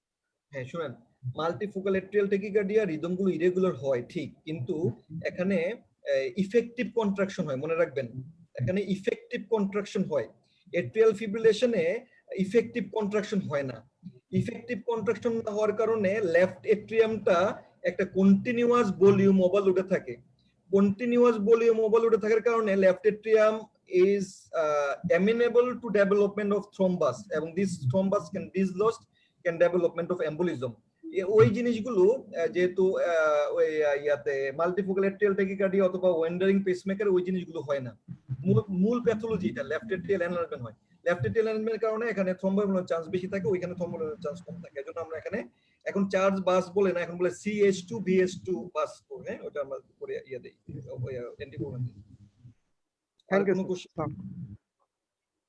স্যার আরেকটা কোশ্চেন ছিল, কোন একটা লেকচারে শুনছিলাম স্যার যে বলছে মনোমরফিক বিটি উইথ নো আইসোইলেকট্রিক লাইট, তাইলে আমরা বিএফ বলতে পারবো, এটা কি স্যার একটু বুঝাই বললে? মনোমরফিক বিটি উইথ নো আইসোইলেকট্রিক লাইট, না? হ্যাঁ, এটাকে বিএফ বলে, মানে ডেফিনেশনটা এরকম একটা লেকচারেই পাইছিলাম স্যার, কিন্তু জিনিসটা বইয়ে পাইতেছি না কোথাও। আমার তাহলে জিনিসটা একটু দেখতে হবে, কারণ আমার ইয়া করতেছে না। বিএফ তো সাধারণত কেওটিক অ্যাপিয়ারেন্স থাকে, তো ভেন্ট্রিকুলার ফিব্রিলেশনে মনোমরফিক বিটি হওয়ার কথা না, এটা পালসলেস ইলেকট্রিক্যাল অ্যাক্টিভিটি হতে পারতো, কিন্তু বিএফ এ সাধারণত কেওটিক অ্যাপিয়ারেন্স থাকে। এটা আমার একটু দেখতে হবে তাহলে এই জিনিসটা, তাহলে আমি মনোমরফিক বিটিও আমি তাহলে এটা দেখবো একটু। হ্যাঁ, একটু দেখবো। জি স্যার, থ্যাংক ইউ স্যার। আর কোনো কোশ্চেন আছে? আপনাদের প্রতি আমার একটা অনুরোধ থাকবে, যেহেতু আমরা তিনটা ক্লাস শুধু ইসিজি কিছু হয় না, হ্যাঁ, আর ইসিজি এমন একটা ভাস্ট টপিক, এটা আসলে আমি হয়তো কার্ডিওলজি পড়ছি বলে আমার হয়তো ইসিজির একটা আইসবার্গের অল্প একটু কোনায় কিছুটা নলেজ আছে, ইসিজির অনেক অনেক মানে ম্যাক্সিমাম নলেজ আমার নাই, আমি সরাসরি বলছি। তো আপনারা ইসিজি গুলো একটু প্র্যাকটিস করবেন যে যেখানে আছেন। যে আমি তো উপজেলায় যারা কমপ্লেক্সে কাজ করেন তারাও মাঝে মাঝে ইসিজি নিয়ে আলোচনা করতে পারেন। যারা আমি একটা আমার অভিজ্ঞতা বলি, মানে আমার খুব ভালো লাগছে এই জিনিসটা। আমি যখন 5th ইয়ারে পড়ি, আমি একটু সুযোগ পেয়েছিলাম যে আমাদেরকে মেডিকেল কলেজ থেকে অক্সফোর্ড ইউনিভার্সিটিতে পাঠাইছিল আমাদেরকে। আমার একটা স্কলারশিপ পেয়েছি, স্কলারশিপের মতো পেয়েছিলাম আমাদের চিটাগং মেডিকেল থেকে। আমরা অক্সফোর্ডে ছিলাম প্রায় 3.5 মাসের মতো। অক্সফোর্ডে জন রেডক্লিফ হসপিটাল, যেটা এখন ওই যেটার মধ্যে ওই যে নাফিল ডিপার্টমেন্ট অফ ক্লিনিক্যাল মেডিসিন, যেখানে এখন বর্তমান ইয়াটা যে সারা গিলবার্ট যেটা করতেছে, ওইখানে কি হয়, আমি স্টুডেন্ট হিসেবে ছিলাম, 5th ইয়ারের স্টুডেন্ট হিসেবে। ওদের প্রতি সপ্তাহে স্টুডেন্টদের জন্য মানে পুরো ইউনিটের জন্য একটা ইসিজি সেশন থাকতো, ইসিজি সেশন, এক্সরে সেশন। এখানে একটা কার্ডিওলজিস্ট আসতো, ওদের ইউনিটের সবগুলো ইসিজি নিয়ে আলোচনা করতো প্রতি সপ্তাহে। স্টুডেন্টদের জন্য বাধ্যতামূলক ছিল। মানে এই সেশনগুলো যদি আপনারা যারা আছেন বিভিন্ন মেডিকেলে, আপনারা যদি একটু অ্যারেঞ্জ করেন মাঝে মাঝে, আপনার স্যাররা কিন্তু ইয়া করবে না। যদিও আমাদের জানেন আপনারা মেডিকেল কারিকুলাম তো চেঞ্জ হয় না, আমরা যা ওই 71 সালে যা ছিল অথবা খুব ফাইন টিউনিং হয়েছে, খুব বেশি হয় না। আপনারা জাস্ট ইসিজি গুলো আপনারা নিজেরা প্র্যাকটিস করবেন, এমন কিছু সেশন বানাই নেবেন নিজেদের মতো করে। বিভিন্ন মেডিকেলে আছেন, ট্রেনিং করতেছেন, নিজেদের কিছু সেশন বানাই নেবেন, স্যার থেকে ডেকে ডেকে ইসিজি গুলো এভাবে শিখতে হবে। নাহলে আসলে বই পড়ে 1 দিন 2 দিন আর 3 দিনের ওয়ার্কশপ করে ইসিজি শেখা সম্ভব না। আমি তো এমডি পাস করলাম, এগুলো করলাম, কিন্তু আলটিমেটলি আমার মনে হয় আমি এখনো নবিশ, যদি ইসিজি অনেক রিপোর্ট করি, বাট এখনো নবিশ। আপনারা রেগুলার প্র্যাকটিস না করলে আলটিমেটলি আপনারা এগুলো পারবেন না। হ্যাঁ, এগুলো খুব সমস্যা হয়ে যাবে। হ্যাঁ, আমি সবাইকে অনুরোধ করি যে এই ওয়ার্কশপটা যদি আপনাদের, কারণ আমি যেই প্রবলেম গুলো ফেস করি, কি পেরিফেরি থেকে অনেক রোগী আসে আমাদের কাছে, যে জাস্ট নন স্পেসিফিক টিওএফ চেঞ্জ, উপরে অটোমেটিক রিপোর্ট লেখা থাকে যে ইসকেমিক চেঞ্জেস, ওইটা দেখে অ্যাসপিরিন, ক্লোপিডোগ্রেল, বিটা ব্লকার সব দেওয়া থাকে। একটা পেশেন্ট যদি এই ড্রাগ গুলো পায়, আমাদের ভয় লাগে যদি বাই চান্স যদি ইসকেমিক হার্ট ডিজিজ থাকে, বন্ধ করতে পারি না। একটু খেয়াল করে দেখেন, আপনার আত্মীয় স্বজন তো হইতে পারে এতগুলো ড্রাগ পায়, আলটিমেটলি তার কোনো ইসকেমিক হার্ট ডিজিজ না। সুতরাং ইসিজিটা আপনাদের জন্য মাস্ট জানা দরকার। যেমন একটা এমআই হলো, আপনারা suppose left main artery occlusion হলো, আপনারা যদি জাস্ট আজকে একটা স্লাইড দেখালাম, এটা যদি মাথায় রাখেন, টিপিক্যাল পেইন হয়, তাড়াতাড়ি করে আপনারা পাঠাই দিবেন খুব শিশু। এই জিনিসগুলো বেসিক নলেজ গুলো আমাদের জানা খুব জরুরি দরকার, এবং এই নলেজ গুলো পাওয়ানোর জন্য যা যা করা দরকার আপনারা একটু করবেন, আমার মনে হয় একটু আপনাদের জন্য ইজি হয়ে যাবে। একটা কোশ্চেন করতে পারি লাস্ট? বলেন। অবশ্যই অবশ্যই অবশ্যই। আমরা জানি যে আমরা বান্ডেল বা ব্লক হলে তো আমরা কিউআরএসটা এক্সপেক্ট করি ওয়াইড। তো যখন একটা হয় যে এসবিটি যখন হয়, আমরা জানি ন্যারো কমপ্লেক্স, আর ভিটি হলে হয় যে ওয়াইড কমপ্লেক্স। কিন্তু আমি শুনতে পারলাম, একবার পড়ছিলাম যে এরকম এসবিটির সাথে যদি বান্ডেল ব্রাঞ্চ ব্লক থাকে, তখন এটা ওয়াইড হয়ে যায়, তখন আমি কিউ ডিফার করব। এসবিটির সাথে যদি বান্ডেল ব্রাঞ্চ ব্লক হয়, তাই না, এখানে ডিফারেন্সিয়েটিং পয়েন্ট থাকবে সাধারণত কি, যে পিআর ইন্টারভ্যালটা ইয়া থাকবে, এই যে আপনার ন্যারো থাকবে, নাম্বার 1 পিআর ইন্টারভ্যাল ন্যারো, এবং আপনার এই যে পিওএফটা অনেক সময় সামনেও থাকতে পারে, পিছনেও থাকতে পারে, এবং পিওএফ অনেক সময় নাও থাকতে পারে। এই তাহলে পিওএফ এবং পিআর ইন্টারভ্যাল এই দুইটা দিয়ে আপনাদের ইয়া করতে হবে, যে এই আপনার এসবিটির ক্রাইটেরিয়া মিলাইতে হবে। আর বান্ডেল ব্রাঞ্চের ক্রাইটেরিয়া যেগুলো আছে, ওয়াইড কিউআরএস, যদি আপনার রাইট বান্ডেল ব্রাঞ্চ ব্লক হয়, রাইট বান্ডেল ব্রাঞ্চ ব্লকের যে ক্রাইটেরিয়া গুলো আছে, আরএসআর প্যাটার্ন থাকবে, ডিপ এস থাকতে পারে আপনার ইয়াতে, যে B5 B6 1A BLA, এটা রাইট বান্ডেল ব্রাঞ্চ প্যাটার্ন থাকবে, পাশাপাশি পিওএফ ন্যারো থাকবে, পিওএফ থাকতে পারে না, অথবা পিআর ইন্টারভ্যাল। আসসালামু আলাইকুম স্যার। স্যার একটা কোয়েশ্চেন ছিল স্যার, এমআরসিপি পার্ট 2 এর জন্য ইম্পর্টেন্ট ইসিজি গুলো আমরা কোথা থেকে দেখতে পারবো, মানে কোথা থেকে ভালো পাওয়া যাবে? এমআরসিপি পার্ট 2 আসলে ইসিজি গুলো যে কোন জায়গা থেকে আসে এটা বলা খুব মুশকিল, তবে তবে আমার যে এরিথমিয়ার যে ক্লাসের যে ইসিজি গুলো আপনাদেরকে সবগুলো দেখাইছি, এগুলো একটু সবগুলো একটু একটু ঠান্ডা মাথায় দেখেন। এমআই এর যেগুলো দেখাইছি এই লেকচারের ইসিজি গুলো একটু ভালো করে দেখেন। মোটামুটি আমার মনে হয় আপনার 85 থেকে 90% কভার হয়ে যাবে ইনশাআল্লাহ। স্যার কোনো বই রেকমেন্ড করবেন কিনা, বা মানে এটার জন্য কি স্পেশাল কোনো কিছু অ্যাপ বা এরকম? ইসিজির আসলে কোনো খুব বিশেষ করে এমআরসিপির জন্য তো কোশ্চেন গুলো তো খুব চেঞ্জ হয়, ফ্রিকোয়েন্টলি চেঞ্জ হয়। আলাদা কোনো বই এমন নাই যেটা এটা পড়লেই আপনার ইসিজি গুলো কভার হয়ে যাবে, এমন কোনো বই নাই। হ্যাঁ, আর ইসিজি কার্ডিওলজি যারা আছে তাদের অনেকগুলো বই আছে, এসএন চুন, কিছু ছোট বই আছে যেগুলোতে অনেকগুলো ইসিজি আছে, ওইগুলো দেখতে পারেন। এক্সট্রা বই আছে এসএন চুন নামে পাওয়া যায়, পরমাতে পাওয়া যায়, ওইটা দেখতে পারেন। অনেকগুলো ছোট বই, বাট অনেক ইসিজি ওটার মধ্যে আছে। Thank you sir. আর কোনো কোশ্চেন না থাকলে আমরা শেষ করতে পারি না? জি স্যার, কোনো কোশ্চেন না থাকলে তাহলে সবাইকে অসংখ্য ধন্যবাদ। কারো যদি কোনো কোশ্চেন থাকে আপনারা গ্রুপে লিখতে পারেন, অথবা আমি গ্রুপের মধ্যে আছে আমাকে ইনবক্স করতে পারেন। আমি যদি নাও জানি আমি একটু ইয়া নিয়ে যে কোশ্চেন নিয়ে পড়ে আপনাদেরকে আমি আনসার করতে পারবো। শেষ। সবাইকে ধন্যবাদ। হ্যাঁ, সবাইকে ধন্যবাদ। জি sir, thank you sir, thank you. সালাম আলাইকুম। একসাথে শেষ, ক্লাসও শেষ।